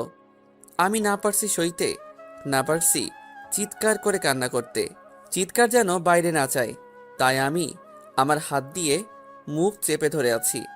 আমি ব্যথায় মাঝে মাঝে আঁতকে উঠছি, কিন্তু কিছুই করতে পারছি না। আমার শরীরে খুব ব্যথা করছে। কোনো রকম নিজেকে ধরে রেখেছি। আমার শরীর দিয়ে যে রক্ত বের হচ্ছে তা বেশ বুঝতে পারলাম। না, আমি আর পারছি না। আনিশা, আমাকে আর এইভাবে মেরো না। আমার খুব কষ্ট হচ্ছে। আমি তোমার কাছে ক্ষমা চাইছি। আমার ভালোবাসা কিন্তু মিথ্যা না, সত্যি সত্যি ভালোবেসেছি। তুমি আমাকে একেবারেই মেরে ফেলেও। আনিশা কিছুটা শান্ত হলো, তারপর বলতে শুরু করলো। তোর মতো ছোট লোকের বাচ্চা আমার বাড়ির কুকুর হওয়ারও যোগ্য না। তুই কেমনে ভাবলি তোরে আমি ভালোবাসি? কুকুরের দল বড়লোক দেখে লোভ সামলাতে পারে না। আমার চোখের সামনে আসলে তোকে যে আমি কি করব আমি নিজেই জানি না। তবে তোর ভালো কিছু হবে না, এটা বলে দিলাম। তাহলে এতদিন কি শুধু ভালোবাসার নামে অভিনয় করে এসেছো? আরে যা তো, কানের কাছে ভ্যান ভ্যান এই সব সময় শুনতে ভালো লাগে না। আজ আমার অনেক ভালো লাগছে, আমি আমার প্রতিশোধ নিতে পারলাম। কথাটা বলার সাথে সাথেই কাকে যেন ফোন দিল দিয়ে। হ্যাঁ বাবু, তুমি কোথায় জানো বাবু? আজ অনেক খুশি আমি। তুমি এখনই চলো, আমি ঠিকানা মেসেজ করে দিচ্ছি। আমার সামনেই কথাগুলো বলল। আমি বুঝতে পারলাম তার মনে হয় মনের মানুষকে এইসব বলল। আমি আর আমার চোখের পানি লুকাতে পারলাম না, সরাসরি আমার রুমে এসে কাঁদলাম। চোখের পানি শুকিয়ে গেল, আমার মনের আগুন এখনো জ্বলতে থাকলো। সারা রাত আমার ঘুম আসলো না। আজান হচ্ছে, নামাজ পড়তে যাব। অজু করে বের হয়ে দেখি আনিশা রুমে এখনো আলো জ্বলছে। তাই আমি দেখার জন্য দরজায় নক দিলাম। কয়েকবার নক দেওয়ার পর দরজা খুলল, আর খোলার সাথে সাথেই আমার দুই গালে দুটো চড় মেরে বলতে লাগলো। কুত্তার বাচ্চা, এখানে কি? ছোট লোকের বাচ্চা, ভাগ এখান থেকে। শালা তোর মতো লুচ্চা আমি একটাও দেখিনি। আমার চড় মারার কারণে ঠোঁটটা কেটে গেছে। আনিশার কথায় তার থেকে বেশি কষ্ট হচ্ছে, তাই আমি একটু মুচকি হাসি দিয়ে বললাম, রাতে তো ঘুমাওনি, এখন না ঘুমালে শরীর খারাপ করবে। এটা বলে চলে আসলাম। চোখের পানি মুছতে মুছতে রুমে এসে নামাজ পড়ে দোয়াতে আনিশার ভালোর জন্য দোয়া করতে লাগলাম। চোখের পানি যেন থামছে না। এইভাবে চলতে থাকে আমার দিন। আনিশা আমাকে কষ্ট না দিলে তার দিন যেত না। এখন আমাকে কলেজে অপমান করে, সবার সামনে চর মারে। আমাকে কখনো তার চাকর বানায়, আবার কখনো তার গোলাম। কখনো আমাকে মানুষ বলে মনে করেই না। আমি আমার আব্বু আম্মুর কথা ভেবে এই বাড়ি থেকে কোথাও যেতে পারি না। আমার চাচা ব্যবসার কাজে দেশের বাইরে গেছে। আমার হাতে লাগানো গাছগুলো বেশ সুন্দরভাবেই বেড়ে উঠছে। প্রতিদিনই পানি দেই। আনিশা আগের থেকে অনেক পাল্টে গেছে। চাচির সাথেও এখন খারাপ ব্যবহার করে। চাচি সুযোগ পেলেই অপমান করে দেয়। একদিন আমি আর চাচি বসে গল্প করছিলাম, এমন সময় আনিশা আসে, আমাকে আর চাচিকে দেখে দাঁড়িয়ে যায়। এই ছোট লোক তো আর এক ছোট লোকের সাথে গল্প করছে। How funny. এটা বলেই তার রুমে চলে যায়। আনিশা আমাকে আর চাচিকে উদ্দেশ্য করে বলল, চাচি। আনিশার কথা শুনেই কাঁদতে লাগলো। কাঁদতে কাঁদতে নিজের রুমে চলে গেলেন। আমার এখন আর কিছু হয় না, অভ্যাস হয়ে গেছে। কিন্তু চাচির জন্যই খারাপ লাগলো। আমাদের এইচএসসি পরীক্ষার 1 মাস 13 দিন সময় আছে। আমার একটা নোট কিনা লাগবে গণিতের, তাই বাসা থেকে বের হলাম। বের হয়ে দেখলাম আনিশা আর একটা ছেলে বাইকে করে যেন কোথায় গেল। আনিশা এত রাতে কোথায় যেতে পারে? আর ওই ছেলেটাকে তো আমি চিনি, ও খুবই খারাপ ছেলে। আমি কিছু না ভেবে একটা ট্যাক্সিতে উঠে তাদের ফলো করতে লাগলাম। ফলো করতে করতে দেখলাম তারা একটা নির্জন একটা বাড়ির ভিতর ঢুকলো। আমি কিছু বুঝতে পারলাম না, ছেলেটার উদ্দেশ্য ভালো না। তারা বাড়ির ভিতর ঢুকে গেল, আমিও তাদের পিছু পিছু ঢুকলাম। সেখানে ভীষণ অন্ধকার ছিল, তাই অত ভালো মতো কিছু বোঝা যাচ্ছে না। আমি হঠাৎ একটা রুমের সামনে এসে থমকে দাঁড়ালাম, কারণ সেখানে আলো ছিল, আর ছিল কেমন অদ্ভুত গোঙানোর আওয়াজ। আমি ভয়ে ভয়ে রুমের ভিতর প্রবেশ করেই আমার চোখ দুটো পড়ে যাওয়ার মতো অবস্থা, কারণ ছেলেটা আনিশাকে বন্দি করে তার জামা কাপড় খুলে দিচ্ছে, আর আনিশার মুখে কাপড় দিয়ে আটকানো আছে, যার ফলে সে চিল্লাতে পারছে না। আনিশার সাথে সাথে ছেলেটাও আমাকে দেখে ফেলেছে, তাই আমি বাধ্য হয়েই তাদের সামনে চলে আসি, আর ছেলেটা আমাকে দেখেই বন্দুক বের করে নিল। আমি এখন কি করব ভাবছি। ও পেয়েছি। আমি ছেলেটাকে উদ্দেশ্য করে বললাম, তুমি কি শুধু আনিশাকে একাই ভোগ করবে? আমারও অনেক দিনের ইচ্ছা, আমাকে তোমার বন্ধু করে নাও, তোমারই ভালো হবে। ছেলেটা কিছু একটা ভাবছে। আনিশা আমার দিকে অবাক হয়ে তাকিয়ে আছে, হয়তো নিজের কানকে বিশ্বাস করতে পারছে না। তুই ঠিক বলেছিস, এই মেয়েটা যা জিনিস না, একে একা খেয়ে শেষ করা যাবে না। তোকে ভাগ দিব, কিন্তু আমার একটা শর্ত আছে। কি শর্ত? তাকে একটা থাপ্পড় মার, শালির কি তেজ, আর সব তেজ গুঁড়ো করে দেব। আমার খারাপ লাগলেও কিছু করতে পারছি না, তাই তার কথায় একটা থাপ্পড় মারি। এতে আনিশারও কিছু করার নেই। আমি তাকে থাপ্পড় মেরে দিলাম। বিশ্বাস করেন, আমার অনেক কষ্ট হয়েছে। মনে হচ্ছে আমার বুক ফেটে হার্ট বের হয়ে যাচ্ছে। আমি ছেলেটাকে বললাম, আমরা এখন একটু মজা করি, আছে নাকি ওইসব? আরে আছে, আমার বাড়ি এখানে, সব আছে। এটা বলেই পাশের রুমে গেল, আর আমি তখন ওর পিছু গেলাম। আর ও রুমে যাওয়া মাত্রই আমি ওকে বাইরে থেকে লক করে দেই। ছেলেটাকে আটকে দিয়ে আমি সাথে সাথেই পুলিশকে ফোন দিয়ে জানিয়ে দিলাম। আনিশার কাছে গিয়ে দেখি ও হতাশ হয়ে গেছে। আমি সাথে সাথেই ওকে বাঁধন থেকে মুক্ত করে আমি ওকে নিয়ে বাড়িতে চলে আসি। ওকে মনে হয় এমন কিছু খাওয়ানো হয়েছে যার কারণে ও কেমন যেন করছে। আমি আর আনিশা কোনো মতে বাড়িতে পৌঁছালাম। তারপর বাড়িতে গিয়েই দেখি চাচি বসে আছে। আনিশার এমন অবস্থা দেখে বলে, কি হয়েছে? তারপর আমি বললাম, আমি আর তানিশা একটু বাইরে ঘুরতে গেছিলাম, আর আনিশার একটু মাথাটা ঘুরছে। ওকে ওর রুমে রেখে শুয়ে দিয়েই চাচি আর আমি আমাদের রুমে গেলাম। সকালে কারো চিৎকারে আমার ঘুম ভেঙে গেল। তাকিয়ে দেখি আনিশা আর চাচি আমার রুমের সামনে। তাই আমি তাড়াতাড়ি উঠে গেলাম। দরজার কাছে যেতেই চাচি আমাকে ঠাস করে একটা চড় বসিয়ে দিল। গাল অনেক ব্যথা করছে। আমি কিছু বুঝতে পারলাম না, তাই অবাক হয়ে তাদের দিকে চেয়ে আছি। একবার তানিশার দিকে চেয়ে আছি, আবার চাচির দিকে। এমন সময় চাচি আমার কলার ধরে বলতে লাগলেন, তোকে আমি কত বিশ্বাস করে আমার এই বাড়িতে থাকতে দিলাম, আর তুই আমার বিশ্বাসের এমন মূল্য দিবি আমি ভাবিনি কোনো দিনও। তুই আমার সব বিশ্বাস নষ্ট করলি। তোকে কত ভালোবেসেছিলাম, তোকে কোনো দিনও আমার অন্য চোখে দেখিনি, আর তুই কি করলি? আমার মেয়েটার সর্বনাশ করলি। আমি চাচির কথা শুনে আকাশ থেকে পড়লাম। উনি কি বলছেন এগুলো? আমি আবার আনিশার সাথে কি করলাম? আনিশাকে তো অসম্মানের হাত থেকে আমি বাঁচালাম। তাহলে কি আনিশা আমাকে মিথ্যা অপবাদ দিয়ে বাড়ি থেকে বের করে দেওয়ার জন্য এসব করছে? চাচি আমাকে বাড়ির বাইরে বের করে দিলেন। আমি কোথায় যাব? আমার তো কেউ নেই এই অচেনা জায়গায়। আর আমার মনে হয় চাচি হয়তো এমনি আমার উপর রাগ করে আছে, তাই হয়তো এমনটা করছে। রাগ কমে গেলে আবার আমাকে বাড়ির ভিতরে নিবে, তাই আমি বাড়ির গেটের সামনে দাঁড়িয়ে আছি। সকালে নাস্তাও হয়নি। আজ মনে হচ্ছে রোদের তাপ অন্য দিনের থেকে বেশি। অনেকক্ষণ হলো দাঁড়িয়ে আছি, না কেউ আসছে না। তাই ভাবলাম একটু দেখে আসি ভিতরে কিছু হচ্ছে নাকি। যেই ভাবা সেই কাজ, বাড়ির ভিতরে ঢুকলাম। ঢুকতেই আনিশা আমাকে দেখে তার হাতে গ্লাস ছিল, আর সেটা আমার দিকে ছুঁড়ে দিল। আমি কিছু বোঝার আগেই আমার কপালে লেগে আমার কপাল কেটে গেল, আর সাথে সাথেই রক্তে আমার জামা পুরো লাল করে দিল। আমি অবাক দৃষ্টিতে আনিশার দিকে তাকিয়ে আছি, কারণ এই সেই মেয়ে যে আমাকে এত ভালোবাসতো। আমি না খেলে সেই খেত না। আমি রাতে ঘুমালে মাঝে মাঝে আমার বুকে মাথা রেখে ঘুমাতো, আর আমার একটু কষ্ট দেখতে পারতো না। আমার জ্বর আসলে সারা রাত আমার পাশে থাকতো, মাঝে মাঝে ঘুরতে নিয়ে যেত। এইসব ভাবছি, তখন আনিশা, আম্মু দেখো, এই ছোট লোকের বাচ্চাটা আবার এসেছে। ছোট লোকের সাহস দেখো আম্মু, আমার এত বড় ক্ষতি করেও আমার সামনে কেমন করে তাকিয়ে আছে। কুত্তার বাচ্চাকে বাড়ি থেকে বের করে দাও। আনিশার কথা শুনে চাচি আসলো, আর আমার মনটা ভেঙে গেল। দয়া করে আমাদের তো এখন একা থাকতে দে। আমাদের তো যা সর্বনাশ করার করে দিয়েছিস, এখন আর আমাদের কষ্ট দিস না। তুই আমাদের চোখের সামনে থেকে যা। তোর মতো ছোট লোক আর নিচু মনের মানুষকে আমরা দেখতে চাই না। কিন্তু চাচি, আমার অপরাধটা, এটা বলার সাথে সাথে চাচি আমার গালে থাপ্পড় বসিয়ে দিল। আমি অবাক হয়ে চাচির দিকে তাকিয়ে আছি। এবার সত্যি কষ্টে আমার বুকটা ফেটে গেল। আমি আর আমার চোখের পানিটা ধরে রাখতে পারলাম না। আমি কাঁদতে কাঁদতে চাচির পা ধরে বলতে লাগলাম, চাচি, আপনারা ছাড়া আমার আর কে আছে বলুন? আমি তো এই শহরের কিছুই চিনি না, আর আমি সত্যি অসহায়ের মতো হয়ে যাব। আমি আনিশার কোনো সর্বনাশ করিনি, তবুও আপনারা না হয় আর 2টা মাস আমাকে থাকার সুযোগ দেন। কথা দিচ্ছি, আমার পরীক্ষাটা শেষ হলেই চলে যাব। আমাকে থাকতে দেন, সারাদিনে না হয় একবেলা খেতে দিবেন, আমাকে বাড়ি থেকে বের করে দিয়েন না।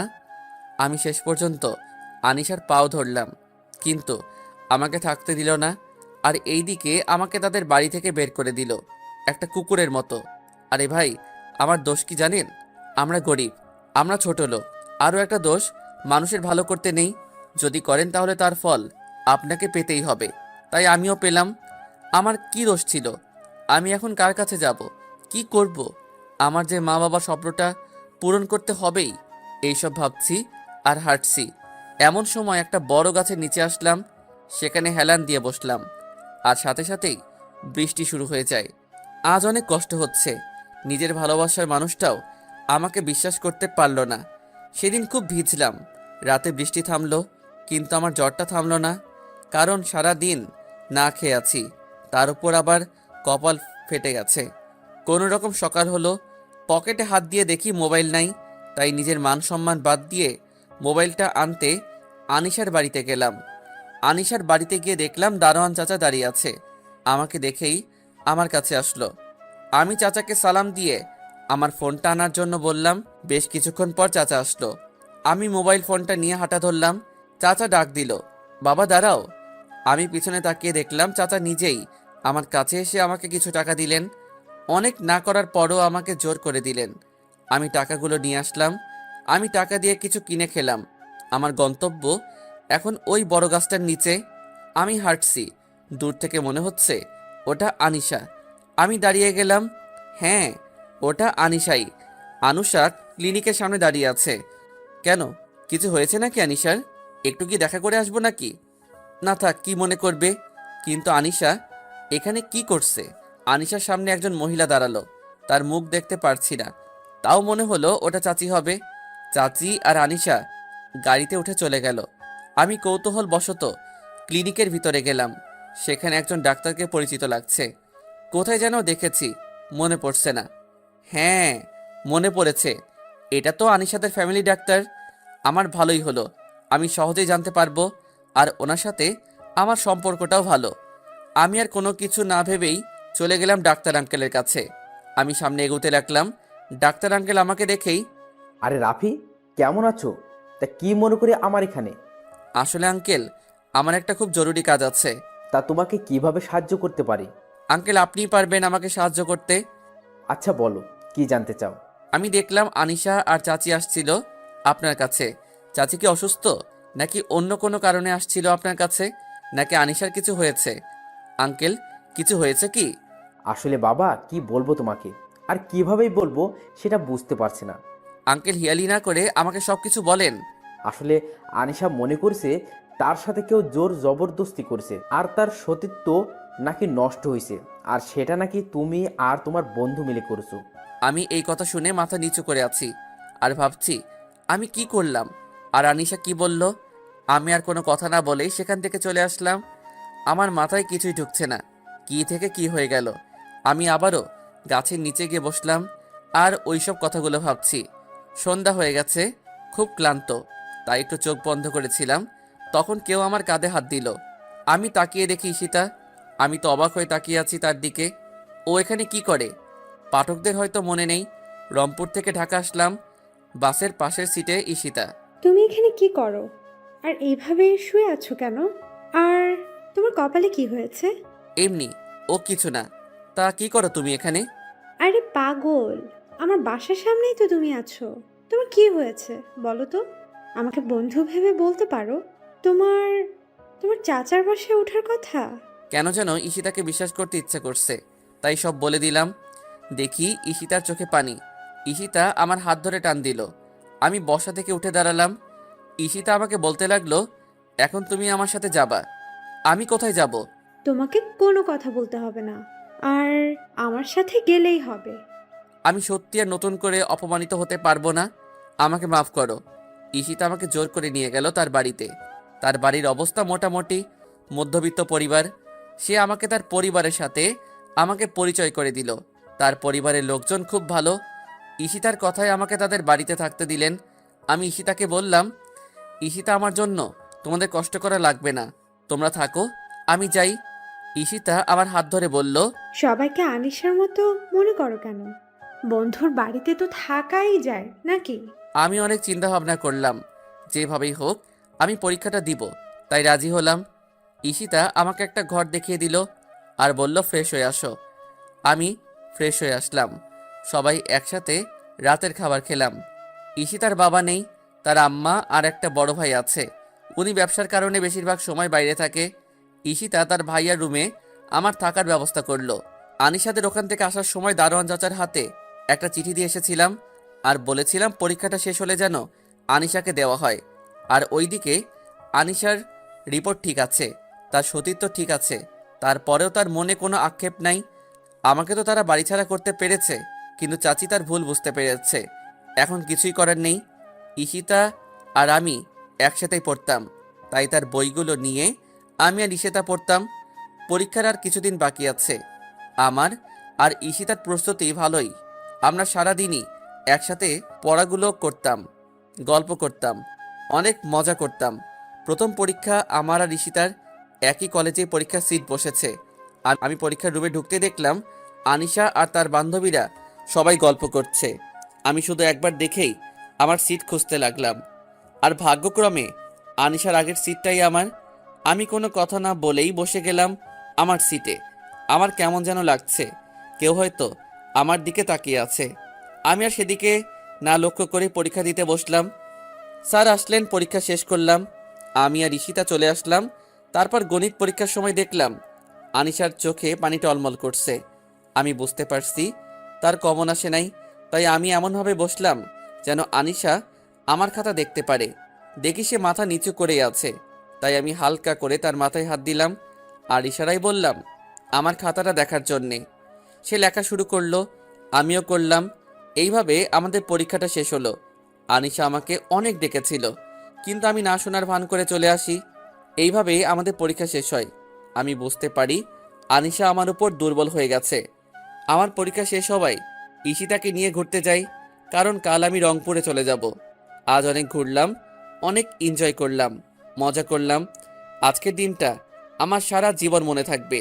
কাল সকালে আমি ঈশিতাকে ও তার পরিবারকে বিদায় দিয়ে চলে আসলাম। ঈশিতার পরিবারের সাথে আমার খুব ভালো সম্পর্ক হয়ে গেছে। আমি বাড়িতে আসলাম, আম্মু দেখছি রান্না করছে। আম্মুকে সালাম করলাম। আম্মু আজ অনেক খুশি। আব্বুকে ফোন দিলাম। কিছুক্ষণের মধ্যেই আব্বু আসলো। আমি ফ্রেশ হয়ে সবার সাথে খাওয়া শেষ করে অনেক গল্প করলাম। জার্নি করে আসার কারণে আব্বু আমাকে ঘুমাতে বলল। আমিও রুমে গিয়ে ঘুমিয়ে পড়লাম। আমি আমার রুমে এসে ঘুমিয়ে গেলাম। ঘুম থেকে উঠে দেখলাম এখন সন্ধ্যা হয়ে গেছে। অনেক দিন পর এসেছি বাসায়, তাই একটা আরামের ঘুম দিলাম। ঘুম থেকে উঠে ফ্রেশ হয়ে নাসিবকে ফোন দিলাম। ওকে আমার বাড়িতে আসতে বললাম। কিছুক্ষণ পর নাসিব আসলো। আমি আর নাসিব চলে গেলাম আমার প্রিয় জায়গাটায়, নদীর পাড়ে। সেখানে বসে আড্ডা দিচ্ছি। এমন সময় ঈশিতার ফোন। বলো। তোমাকে না বলেছিলাম বাসায় পৌঁছে আমাকে একটা কল করতে, করনি কেন? অনেক দিন পর বাড়িতে আসলাম, খুশিতে ফোন দিতে ভুলে গেছিলাম, সরি। ও, একদিনে আমাকে ভুলে গেছো? ভালো লাগলো। তা কি করো এখন? রাগ করছো? সরি বললাম তো। আমি আর আমার বন্ধু নদীর পাড়ে বসে আছি। তুমি? বন্ধু নাকি বান্ধবীর সাথে ফোনটা দেও তো। তোমার বন্ধুকে? আমি কথা না বাড়িয়ে দিয়ে দিলাম, কারণ ওর যা রাগ, কি না কি করে বসে, আর মুখ দিয়ে একবার যা বের হবে তা করেই ছাড়বে। এক কথায় নাছোড়বান্দা। ঈশিতার এগুলো আমার আবার ভালো লাগে। আমার উপর জোর করে অধিকার খাটানোর চেষ্টা করে। আমি এটাও বুঝি সে আমাকে অনেক ভালোবাসে। আমিও তাকে পছন্দ করতে শুরু করি। তার কারণ আমি যেমন মানুষ মনে মনে খুঁজেছিলাম, ঈশিতা ঠিক তেমনই। খুব ভালো মনের মেয়ে একটা। এমন মেয়ে হাজারে একটা পাওয়া যায়। ওর সাথে আমার কোনো রক্তের সম্পর্ক নেই, কোনো বন্ধুত্ব সম্পর্ক ছিল না, কিন্তু ও আমাকে ওর বাসায় থাকা খাওয়ার জায়গা দিয়েছিল। আমার বন্ধু হয়ে সব সময় পাশে ছিল। এমন মেয়েকে জীবনসঙ্গী হিসেবে কে বা না চায়। আমি নাসিবকে ফোনটা দিলাম। নাসিব আর ঈশিতা কি যেন কথা বলছে। নাসিব বারবার আমার দিকে তাকাচ্ছে। আমি তো এবার সত্যি ভয় পেলাম। ইশিতা সব বলে দিচ্ছে না তো? নাসিব আর ইশিতার কথা শেষ হলো। নাসিব ফোনটা আমাকে দিয়ে চুপচাপ বসে আছে। আমি নাসিবকে গোতানো শুরু করলাম। কিরে, কথা বলছিস না কেন? নাসিব কিছু না বলে দাঁড়ালো। আমিও দাঁড়ালাম। আমি যেই কথা বলতে যাব, নাসিব আমার বাম গালে এক থাপ্পড় দিল। নাসিব আমার হাত ধরে তার মাথায় হাত দিয়ে বলতে শুরু করলো, রাফি, আমাদের বন্ধুদের কসম, ঢাকাতে কি কি হয়েছে আমাকে সব বল। আমি আর অভিনয় করতে পারলাম না। চোখের পানি বাধা মানছে না। আমি নাসিবকে সব বললাম। এখন আনিশাকে আমি শুধু ঘৃণা করি। আমি আর আনিশার সামনে কোনো দিনও যাব না। নাসিবকে সবকিছু বলতে পেরে মনটা একটু হালকা লাগছে। নিজের কাছে এখন অনেকটাই ভালো লাগছে। নাসিবকে ইশিতার কথা বললাম। রাত অনেক হয়ে গেছে, তাই আমি আর নাসিব নিজের বাড়িতে আসলাম। আমি বাড়িতে এসে খাওয়া শেষ করে আম্মু আব্বুর সাথে অনেক গল্প করে ঘুমিয়ে গেলাম। সকালে ঘুম ভাঙলে নামাজে গেলাম। নামাজ থেকে এসে আব্বুকে বললাম, আব্বু, আমিও আপনার সাথে কাজ করতে চাই। এখন তো আমি ফাঁকাই আছি, এই সময় কাজ করতে পারলে একটু ভালো হতো। আব্বু আম্মুর সাথে পরামর্শ করে বলল, কাজ কিন্তু খুব কঠিন, কিন্তু তুমি যখন চাইছো চলো না একদিন আমার সাথে। কাজ করতে ভালো না লাগলে আমাকে বলবা, কেমন? তোমার বেশি কষ্ট হলে আমি তোমাকে আর কাজ করতে দিব না। আব্বু, আপনি কোনো চিন্তা করেন না, আমাকে আপনার সাথে কাজে নেন, আমি পারবো ইনশাল্লাহ। আমি আর আব্বু কাজে গেলাম। আমি আব্বুর সাথে রাজমিস্ত্রির কাজ করতে গেলাম। আজ আমার কাজ হলো ইট নিয়ে 3য় তলায় দিয়ে আসা। আমার সাথে আরও একজন ছিল। আমি কয়েকবার কাজ করার পর আর পারছি না, তাও করতে লাগলাম। আমার পুরো শরীর ঘেমে গেছে। আমি আমার মতো কাজ করলাম। আজ অনেক ক্লান্ত লাগছে। আমার হাতে ফোসা পড়ে গেছে, হাত জ্বলছে। তবে কাজ শেষে যখন 300টা টাকা পেলাম, মনে হলো আমার কাছে এগুলো কোনো কষ্টই না। আমার জীবনে প্রথম রোজগারের টাকা। আজ আমি অনেক খুশি। সন্ধ্যার পর কাজ শেষ করে আমি আর আব্বু একসাথে কাজ করে বাসায় ফিরলাম। অনেকটা ক্লান্ত লাগছে। আমি আমার জীবনের প্রথম রোজগারের টাকা আম্মুর হাতে তুলে দিলাম। এতে আম্মু এত খুশি হলো যে বলার মতো না। আম্মু কেঁদে ফেলেছে। আমি আম্মুকে সান্ত্বনা দিলাম, আম্মু, তোমার এই ছোট ছেলেটা আর আগের ছেলেটা নেই, সে এখন বড় হচ্ছে। দোয়া করো আম্মু, জীবনে যেন কিছু একটা করতে পারি। আমি আজ একটু তাড়াতাড়ি খাওয়া দাওয়া করেই ঘুমাতে গেলাম, কিন্তু আমার শরীর খুব ব্যথা করছে। এখন কোনো রকমে ঘুমাতে পারলাম। মাঝরাতে আমার ঘুম চলে আসলো। আমি ঘুমিয়ে গেলাম। সকালে উঠলাম, নামাজ পড়ে এসে নাস্তা করে আব্বুর সাথে কাজে গেলাম। এইভাবেই দিন কাটতে লাগলো। মাঝে মাঝে ইশিতার সাথে কথা হয়। আনিশাও আমাকে ফোন দেয়, কিন্তু আমি ধরি না। আমার ওর উপর এখন কোনো ফিলিংস নেই। হয়তো সে এখন চিঠিটা পেয়ে গেছে। আমি চিঠিতে বেশি কিছু লিখি নাই, ম্যাম, পৃথিবীর সবাইকে এক মনে করতে নেই, আর যে যেরকম কাজ করবে সে তার ফল পাবেই। আপনিও পাবেন, তবে হয়তো সেই দিন এমন কিছু হবে কিছুই করতে পারবেন না। আমি সত্যি আপনাকে ভালোবাসতে চেয়েছিলাম, আপন করতে চেয়েছিলাম। ঠিকভাবে খোঁজ খবর নিয়ে দেখেন। চোখ থাকলে দেখতে পাবেন, মুখ থাকলে বলতে পারবেন, আর কান থাকলে শুনতে পাবেন। আল্লাহ না করুক এই রাফির কারণে আপনাকে চোখের পানি ফেলা লাগে। দোয়া করি ভালো থাকবেন। চাচা চাচিরে দেখে রাখবেন, তারা মাটির মানুষ, খুব ভালো তারা। ইতি, এই পৃথিবীর পরিচিত মানুষ, ছোট লোক। এখন প্রায় আমি আর আব্বু কাজে যাই। এখন আর আল্লাহর রহমতে কাজ করলে আর কোনো সমস্যা হয় না। এইভাবেই আমার আড্ডা, কাজ আর ইশিতাকে নিয়ে আর বাবা মাকে নিয়েই ভালোই আছি। আজ কাজ করে বাড়িতে এসে দেখি আমাদের বাড়ির সামনে গাড়ি। ভালো করে দেখে চিনতে পারলাম এটা ছোট আব্বুর গাড়ি। কিন্তু এখানে কেন? তার মানে কি ছোট আব্বু আমাদের বাড়িতে এসেছে? এইসব ভাবতে ভাবতে বাড়ির ভিতরে ঢুকে দেখি আমাদের ছোট ড্রাইনিং রুমে চাচা চাচি বসে আম্মু আব্বুর সাথে গল্প করছে। আসসালামু আলাইকুম ছোট আব্বু। ওয়ালাইকুম আসসালাম বাবা। রাফি, তোমার এমন অবস্থা কেন? কাজে গেছিলাম, আপনারা গল্প করেন, আমি ফ্রেশ হয়ে আসছি। আমি আমার রুমে ঢুকে তো অবাক, দেখি আনিশা আমার রুমে বসে বসে আমার আঁকা পেন্টিংগুলো দেখছে। আমি কিছু না বলে আমার কাপড় নিয়ে বাথরুমে গিয়ে গোসল করে ফ্রেশ হয়ে বের হলাম। রাফি, কেমন আছো? কুকুর তো সবসময় রাস্তায় থাকে, কুকুর কেমন থাকে তা নিশ্চয়ই আপনার অজানা নয় ম্যাডাম। আমাকে ক্ষমা করে দাও প্লিজ, আমি আমার ভুল বুঝতে পেরেছি। ছোট লোকরা কারো উপর রাগ করে থাকে না, এটা তাদের সামর্থ্যের মধ্যে পড়ে না। এখন আপনি এখান থেকে যান। তোমার পায়ে পড়ে আমাকে ক্ষমা করে দাও। দেখুন, আব্বু আম্মু শুনতে পাবে। আমি ক্ষমা করেছি, এখন এখান থেকে যান প্লিজ, আমার ক্লান্ত লাগছে। আনিশা চলে গেল। আমি বিছানায় গাটা হেলে দিলাম। কখন যে ঘুমিয়ে গেছি, আম্মুর ডাকে ঘুম ভাঙলো। বাবা রাফি, খেতে আয়। যাচ্ছি। আম্মু শোনো, বল। ছোট আব্বুরা এখানে এসেছে কেন? তোকে নিয়ে যেতে এসেছে। না আম্মু, আমি তোমাদের ছেড়ে আর কোথাও যাব না। এখন তো আমার পড়া নেই। এইসব পরে হবে, এখন খেতে আয়। আম্মু তুমি যাও, আমি ফ্রেশ হয়ে আসছি। আমি ফ্রেশ হয়ে খেতে গেলাম। আমার পাশে আনিশা বসেছে। আমার অসহ্য লাগছে ওর পাশে বসে থাকতে। রাফি, তুমি কি আমাদের সাথে কাল ঢাকায় যাবে? ছোট আব্বু, এখন যে কি করব? রেজাল্ট বের হোক, যদি ভালো ভার্সিটিতে চান্স পাই তখন দেখা যাবে। আর আব্বু আম্মু ছাড়া থাকতে আমার ভালো লাগে না। না আব্বু, রাফি আমাদের সাথেই থাকবে। রাফি ঠিকই বলেছে। এখন যে কি করবে? আমাদের সাথে কয়েকদিন থাক। আব্বু, তাহলে আমি এখানে থাকি, রাফির সাথে আমি ঢাকায় যাব। আমার ভীষণ রাগ উঠছে মেয়েটার উপর। এখানে যে কি মতলব নিয়ে এসেছে আল্লাহ!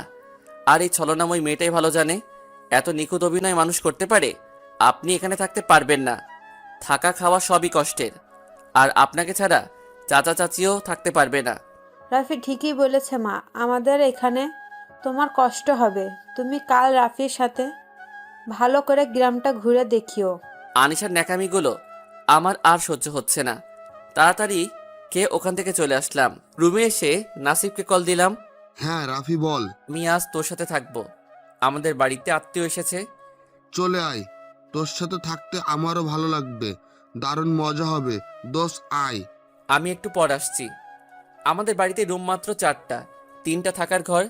একটাতে আব্বু আম্মু থাকে, একটাতে আমি, আর একটা আত্মীয় স্বজন আসলে, আর একটা রান্নাঘর। আমি শুয়ে শুয়ে ফোনে গেম খেলছি। এমন সময় আনিশা আসলো। তুমি আমার সাথে এমন করছো কেন রাফি? আপনাকে আমার সহ্য হয় না। আমি আপনার কাছে হাত জোর করে ক্ষমা চাচ্ছি। আমার আব্বু আম্মুর কাছে আমাকে ছোট করবেন না, তারা আমাকে অনেক ভালোবাসে। যদিও ভালোবাসা মানে আপনি বুঝেন না। আমার ভুল আমি বুঝতে পেরেছি। আমি এখন সত্যিই তোমাকে ভালোবাসি রাফি। আপনার মুখে সত্যি কোনটা মিথ্যা কোনটা আমি বুঝতে পারি না। আমি আর তানিশার কথা না শুনে রুম থেকে বের হয়ে আসলাম। আম্মু, আমি নাসিবের বাসায় যাচ্ছি থাকতে। সাবধানে যা। আচ্ছা। আমি নাসিবের বাসায় যাচ্ছি। এমন সময় ফোনটা বেজে উঠল। ঈশিতা কল করেছে। হ্যালো। কেমন আছো? ভালো, তুমি? ভালো। রাতে খেয়েছো? তুমি? কি করো? হাঁটতেছি। তুমি? শুয়ে আছি। এত রাতে তুমি বাইরে হাঁটছো? যাও, বাসায় যাও, এখনই যাও বলছি। পাগলিটা শাসনগুলো আমার অনেক ভালো লাগে। নাসিবের বাসায় যাচ্ছি। এত রাতে কেন? কি কাজ আছে? সকালে যাওয়া যেত না? যদি কিছু একটা হয়ে যায়? আরে বাবা, এটা শহর না, গ্রাম, বেশি গাড়ি চলে না। তুমি টেনশন করো না। আমি এত কিছু শুনতে চাই না। তুমি বাড়ি ফিরে যাবা কি না সেটাই বলো। আমাদের বাসায় আত্মীয় এসেছে, তাই থাকার জায়গা নেই, তাই নাসিবের কাছে থাকার জন্য যাচ্ছি। ও, আগে বলবা না কোনো আত্মীয় এসেছে? আনিশা আর ওর আব্বু আম্মু। তোমাকে বাসা থেকে কুত্তার মতো ব্যাত করে দিয়ে, মিথ্যা ভালোবাসার জীবনটা নষ্ট করে দিয়ে এখানে এসেছে কেন? জানি না, ওকে আমার অসহ্য লাগে। এখন বাই, আমি নাসিবের বাসায় চলে আসছি। রাফি শুনো, তুমি কি এখনো আনিশাকে ভালোবাসো? না, আর কখনো না। খুব ঘৃণা করি আমি। ওকে, বাই, গুড নাইট। আমি জানি ঈশিতা আমাকে খুব ভালোবাসে। ওকে ভালোবাসার ইচ্ছা আমার মনেও জাগে, কিন্তু তা সম্ভব না কখনো। ওর বিয়ে হবে বড় কোনো চাকরিজীবীর সাথে, আর আমার বিয়ের আগে আমার পক্ষে ভালোবাসা সম্ভব না আর কাউকে। যদিও আমি জানি ঈশিতার মতো মেয়ে লাখে একটা হয়, এই একটা পাওয়ার ভাগ্য নিয়ে আমি জন্মাইনি। আমি নাসিবের কাছে আসলাম। কে এসেছে রে? আনিশা আর চাচা চাচি। কি বলিস? কখন এসেছে? জানি না, আমি কাছ থেকে বাসায় ফিরে দেখি ওরা আমাদের বাড়িতে। এখন এসেছে? আমাকে ঢাকায় নিয়ে যেতে। তা তুই কি যাবি? তোর কি মনে হয় এত কিছুর পরও আমি ওদের এখানে যাব? আমরা দুই বন্ধু অনেকক্ষণ গল্প করতে করতে ঘুমিয়ে গেলাম। ফজরের আজানে ঘুম ভাঙলো। নাসিবকে ডাকিয়ে উঠিয়ে দুইজনে নামাজ পড়তে আসলাম। নামাজ পড়ে একটু হাঁটাহাঁটি করে আমি আমার বাসায়, নাসিব ওর বাসায় চলে গেল। আমি বাসায় গিয়ে দেখি আনিশা বাসার সামনে দাঁড়িয়ে আছে। আমি ওকে দেখেও না দেখার ভান করে চলে আসতেছি। রাফি, আমি না শোনার ভান করে চলে আসছি। তানিশা আমার পিছু পিছু আসলো। বড় আম্মু, বড় আম্মু, মা বল। রাফিকে বলো না আমাকে গ্রামটা ঘুরিয়ে দেখা, এখানে সকালটা ভালো লাগছে। রাফি, তুই কি কানে শুনতে পাচ্ছিস না? যা ওকে ঘুরিয়ে দেখা। আসুন। আনিশা আমার সাথে সাথে হাঁটছে। দুইজনে চুপচাপ হাঁটছি। ওয়াও, অনেক সুন্দর পাখির দলগুলো। আমি চুপচাপ হাঁটছি। আনিশা পিছে গেছিল, তাই দৌড়ে এসে আমার হাত ধরলো। এত জোরে কেউ হাঁটে? আমি হাত ঝটকা দিয়ে নিজের হাতটা ছাড়িয়ে নিলাম। আমি তোমাকে ভালোবাসি আর তোমাকেই বিয়ে করব। আমাকেও তোমাকে ভালোবাসতে হবে। আমি আর বোকা নই। বৃষ্টি আগে আর পরে আকাশ এক থাকে না। আমি বেঁচে থাকতে ও আপনার মতো নির্লজ্জ নিচু মনের মেয়েকে বিয়ে করব না। একটা নারী সব থেকে শ্রেষ্ঠ সম্পদ হচ্ছে তার ইজ্জত। এটা নিয়েও আপনি থাক বলতে আমার ঘৃণা লাগছে। এই মনে ভালোবাসা নেই। আপনি চলে যান, এটাই ভালো হবে।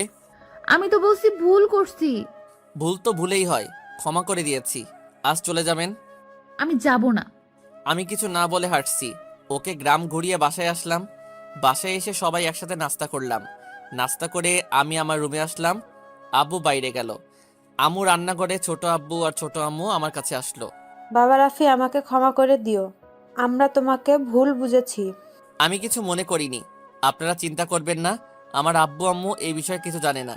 ওনারা জানে আমি আপনাদের বাসা থেকে পরীক্ষা দিয়েছি। তুমি ভাইজানের মতোই হয়েছো। আমাদের সাথে চলো বাবা। আর আনিশা ওর ভুল বুঝতে পেরেছে। ও বাচ্চা মেয়ে, বুঝতে পারেনি। মাথা যেটা এসেছে সেটাই করেছে। আমি জানি আমি কিছু মনে করিনি। আমাকে ক্ষমা করবেন, আমি যেতে পারবো না। বিকেলে আনিশারা চলে গেল। আনিশা অশ্রুসিক্ত নয়নে আমার দিকে তাকিয়েছিল। আমার কিছু করার ছিল না। আমি ওকে একদম বিশ্বাস করতে পারি না, কারণ বিশ্বাস করে ঠকেছি।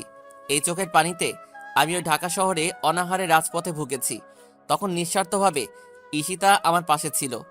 না হলে আজ আমার লাশ অথবা আমাকে কোনো গলিতে পড়ে থাকতে হতো। আমি ফিরে আসতে পারতাম না। আমার চোখেও পানি চলে আসছে। চোখ মুছে বাড়ি চলে আসলাম। আবার আগের মতো দিন চলতে লাগলো। 1 মাস পরে আমি কাজ করছি, এমন সময় ঈশিতার ফোন। হ্যাঁ বলো। কেমন আছো? ভালো, তুমি? ভালো। কি করো? কাজ করতেছি, তুমি? বসে আছি। তুমি কাজ করো, রাতে কল দিব। আচ্ছা। রাতে ঈশিতা কল দিল। খেয়েছো? তুমি? হুম। কাল তো আমাদের রেজাল্ট দিবে। আমার তো খুব টেনশন লাগছে। তোমার তো ভালোই দিন কাটছে। আরে না, টেনশন হচ্ছে, কিন্তু আমার মনে হয় না তোমার মতো ভালো রেজাল্ট হবে। যাই হোক, আমার একটু কাজ আছে। নাসিব আমার জন্য অপেক্ষা করছে। আমাকে যাওয়া লাগবে। আচ্ছা যাও, নিজের খেয়াল রাখো। আচ্ছা, তুমিও। তোমাকে খুব মিস করছি। কবে আসবে ঢাকায়? আমার মনে হচ্ছে আমার আর যাওয়া হবে না। কেন? আমি আমি আর যেতে চাই না। ঈশিতার মনে হয় মনটা খারাপ হয়ে গেল। ও আচ্ছা, রাখো তাহলে। তোমাকে কাল ফোন দিব। দিও। তারপর নাসিবের সাথে আড্ডা দিয়ে চলে আসলাম। কাল ঈশিতা ফোন দিল। আমি কাজে আছি। ফোন রিসিভ করলাম আর বললাম, আমি তো কাজে আছি, একটু পরে ফোন দেই। আরে বাবা, আমার রেজাল্টটা পেয়েছি, তাই ফোন দিলাম। ও হ্যাঁ, আমি তো ভুলেই গেছিলাম। তা তোমার রেজাল্ট কি? আমি গোল্ডেন এ প্লাস পেয়েছি। তোমার কি খবর? আমারটা তো দেখা হয়নি। কিছু মনে না করলে আমারটা একটু দেখে দিও না। বলো।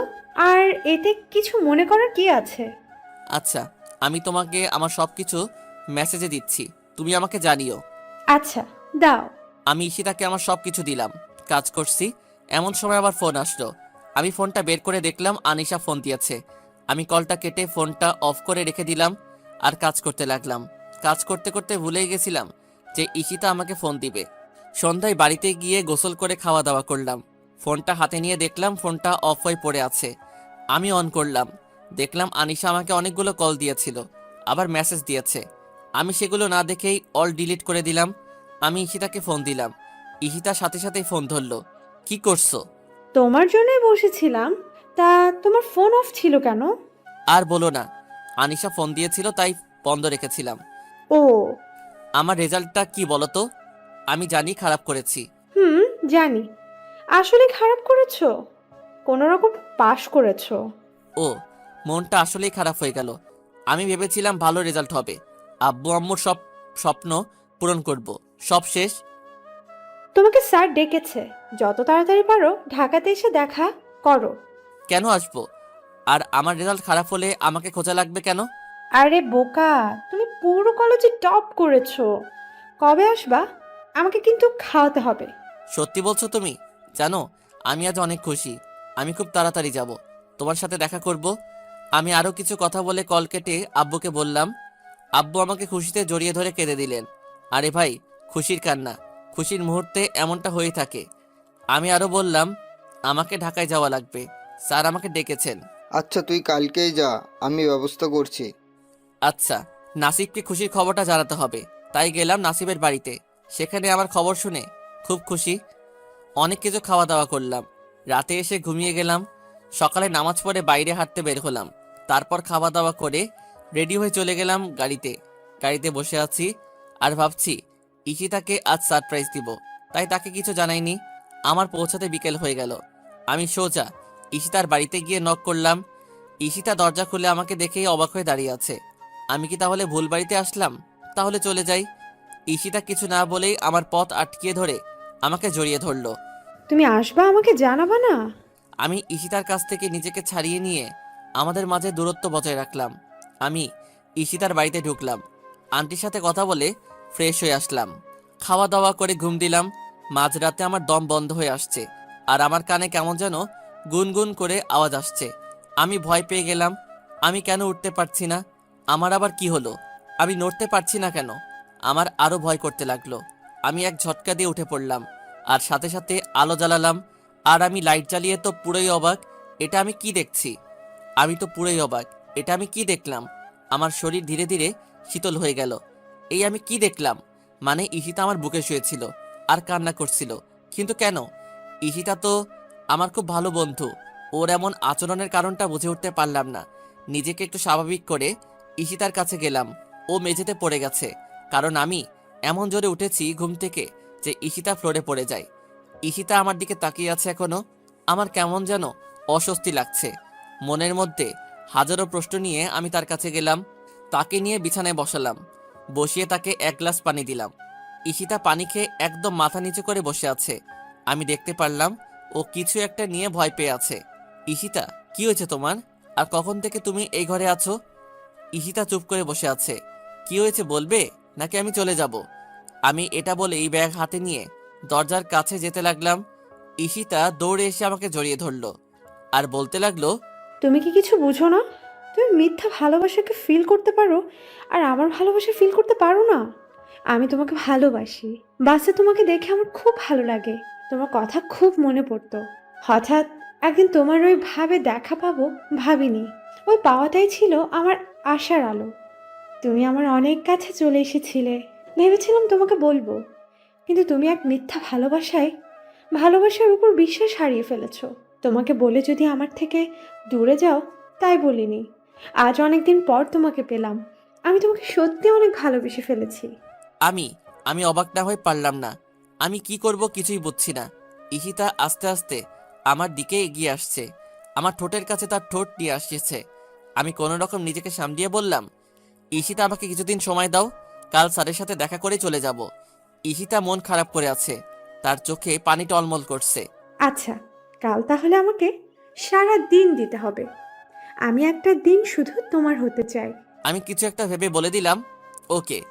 সকালে ঈশিতার ডাকে ঘুম ভাঙলো। আমি উঠে গোসল করে নিচে নামলাম। খাওয়া দাওয়া করে আমি আর ঈশিতা বের হলাম। প্রথমে গেলাম কলেজে। সেখানে স্যারের সাথে দেখা করে জানতে পারলাম প্রিন্সিপাল স্যার আমাকে ডেকেছেন। আমি গেলাম। স্যার, আসতে পারি? আসো। আসসালামু আলাইকুম স্যার, কেমন আছেন? ভালো আছি। তোমাকে যে কারণে ডেকেছিলাম। এটা বলেই ড্রয়ার থেকে একটা কিছু বের করলেন আর আমার হাতে দিলেন। আমি নিলাম, দিয়ে দেখি একটা ফর্ম। স্যার, এটা কিসের ফর্ম?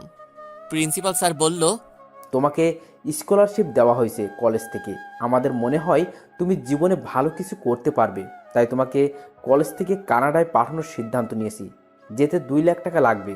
আমরা সবাই মিলে তোমাকে 50,000 টাকা দিতে পারবো, আর বাকিটা তোমাকে ম্যানেজ করতে হবে। ধন্যবাদ স্যার, আমি আপনার উপর চিরকৃতজ্ঞ থাকব। কিন্তু আমি বা আমার পরিবার এতগুলো টাকা ম্যানেজ করতে পারবো না। আমাকে মাফ করবেন স্যার। এটা বলে স্যারের হাতে ফর্মটা দিয়ে বাইরে চলে আসছিলাম। রাফি, দাঁড়াও। আমি দাঁড়ালাম। দেখলাম স্যারের সাথে কি কথা বলে। স্যারের হাত থেকে ফর্মটা নিয়ে আমাকে নিয়ে কলেজ থেকে বের হলো। আমি কিছু বলি নাই। সারা রাস্তায় দেখলাম ঈশিতা একটা সুন্দর জায়গায় নিয়ে আসলো। আসলে এই জায়গাটা খুব সুন্দর। আমাকে কোনো কথা না বলে সে বসলে একটা জায়গায়। আমি কিছুক্ষণ দাঁড়িয়ে থাকার পর ঈশিতার পাশে গিয়ে বসলাম। ঈশিতা কিছু একটা ভাবছে। ঈশিতা, তোমার কি হয়েছে? চুপ করে আছো কেন? তোমার কি হয়েছে? আমার কিছু হয়নি। ঈশিতা, তুমি ফর্মটা নিলে কেন? রাফি, আমার একটা কথা রাখবা? বলো।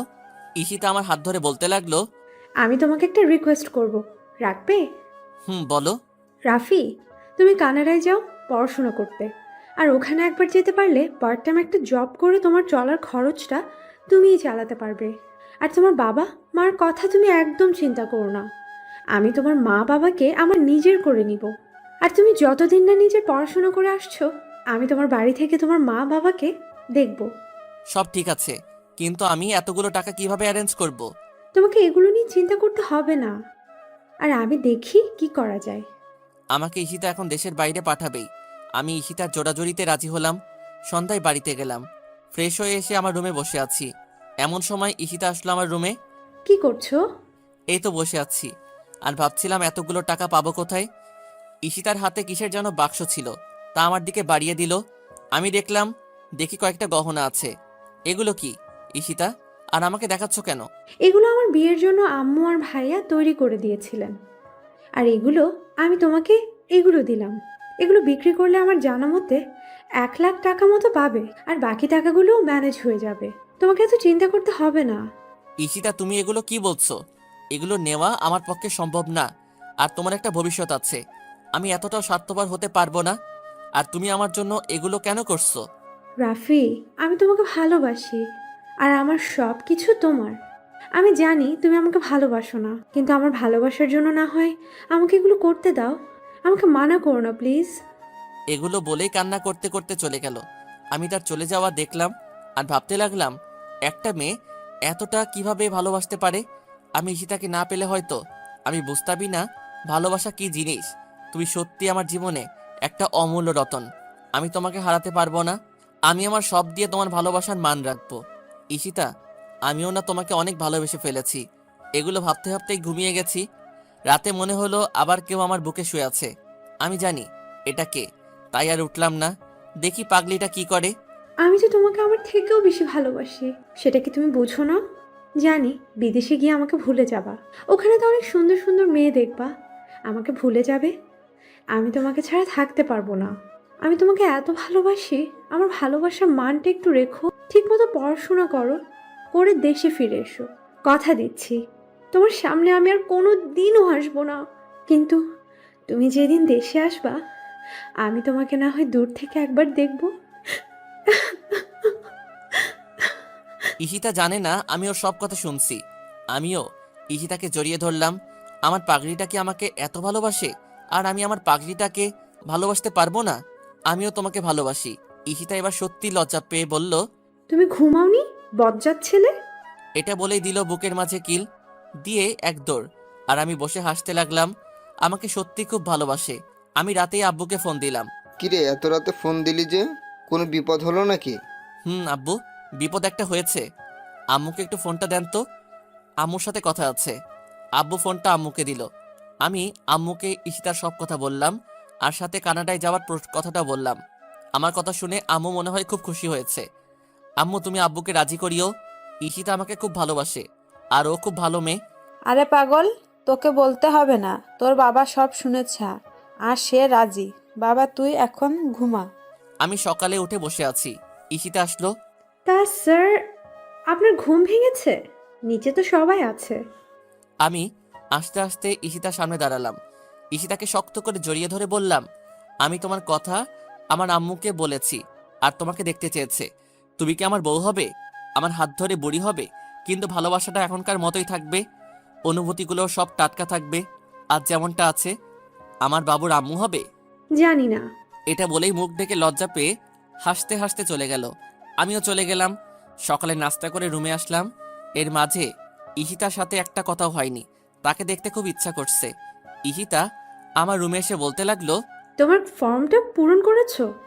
না গো, একটু করে দাও না। আমি পারবো না। আমি কি তোমার বিয়ে করা বউ নাকি? এখন আমার বউ না, তবে আমার হবু বউ। এটা বলেই পিছন থেকে জড়িয়ে ধরলাম। ঈশিতা লজ্জায় লাল হয়ে গেল। আমি আর ঈশিতা একসাথে ফর্মটা পূরণ করে করে কলেজে গেলাম। ফর্মটা জমা দিয়ে গহনাগুলো বিক্রি করলাম। বাড়িতে আসলাম। আমার এখন কিছুই ভালো লাগছে না। ঈশিতা আসলো আমার রুমে। রুমে এসে কাঁদতে লাগলো আর বলল, আমাকে তুমি ভুলে যাবে না তো? তোমাকে খুব ভালোবাসি আমি। আমি ঈশিতাকে জড়িয়ে ধরে বলতে লাগলাম, আমার জন্য দোয়া করো, যেন আমি তাড়াতাড়ি পড়া শেষ করে ভালো একটা চাকরি করতে পারি। আর তোমাকে জানো, আমি এই পৃথিবীতে না আখিরাতেও তোমাকে আমার করে যেন পাই।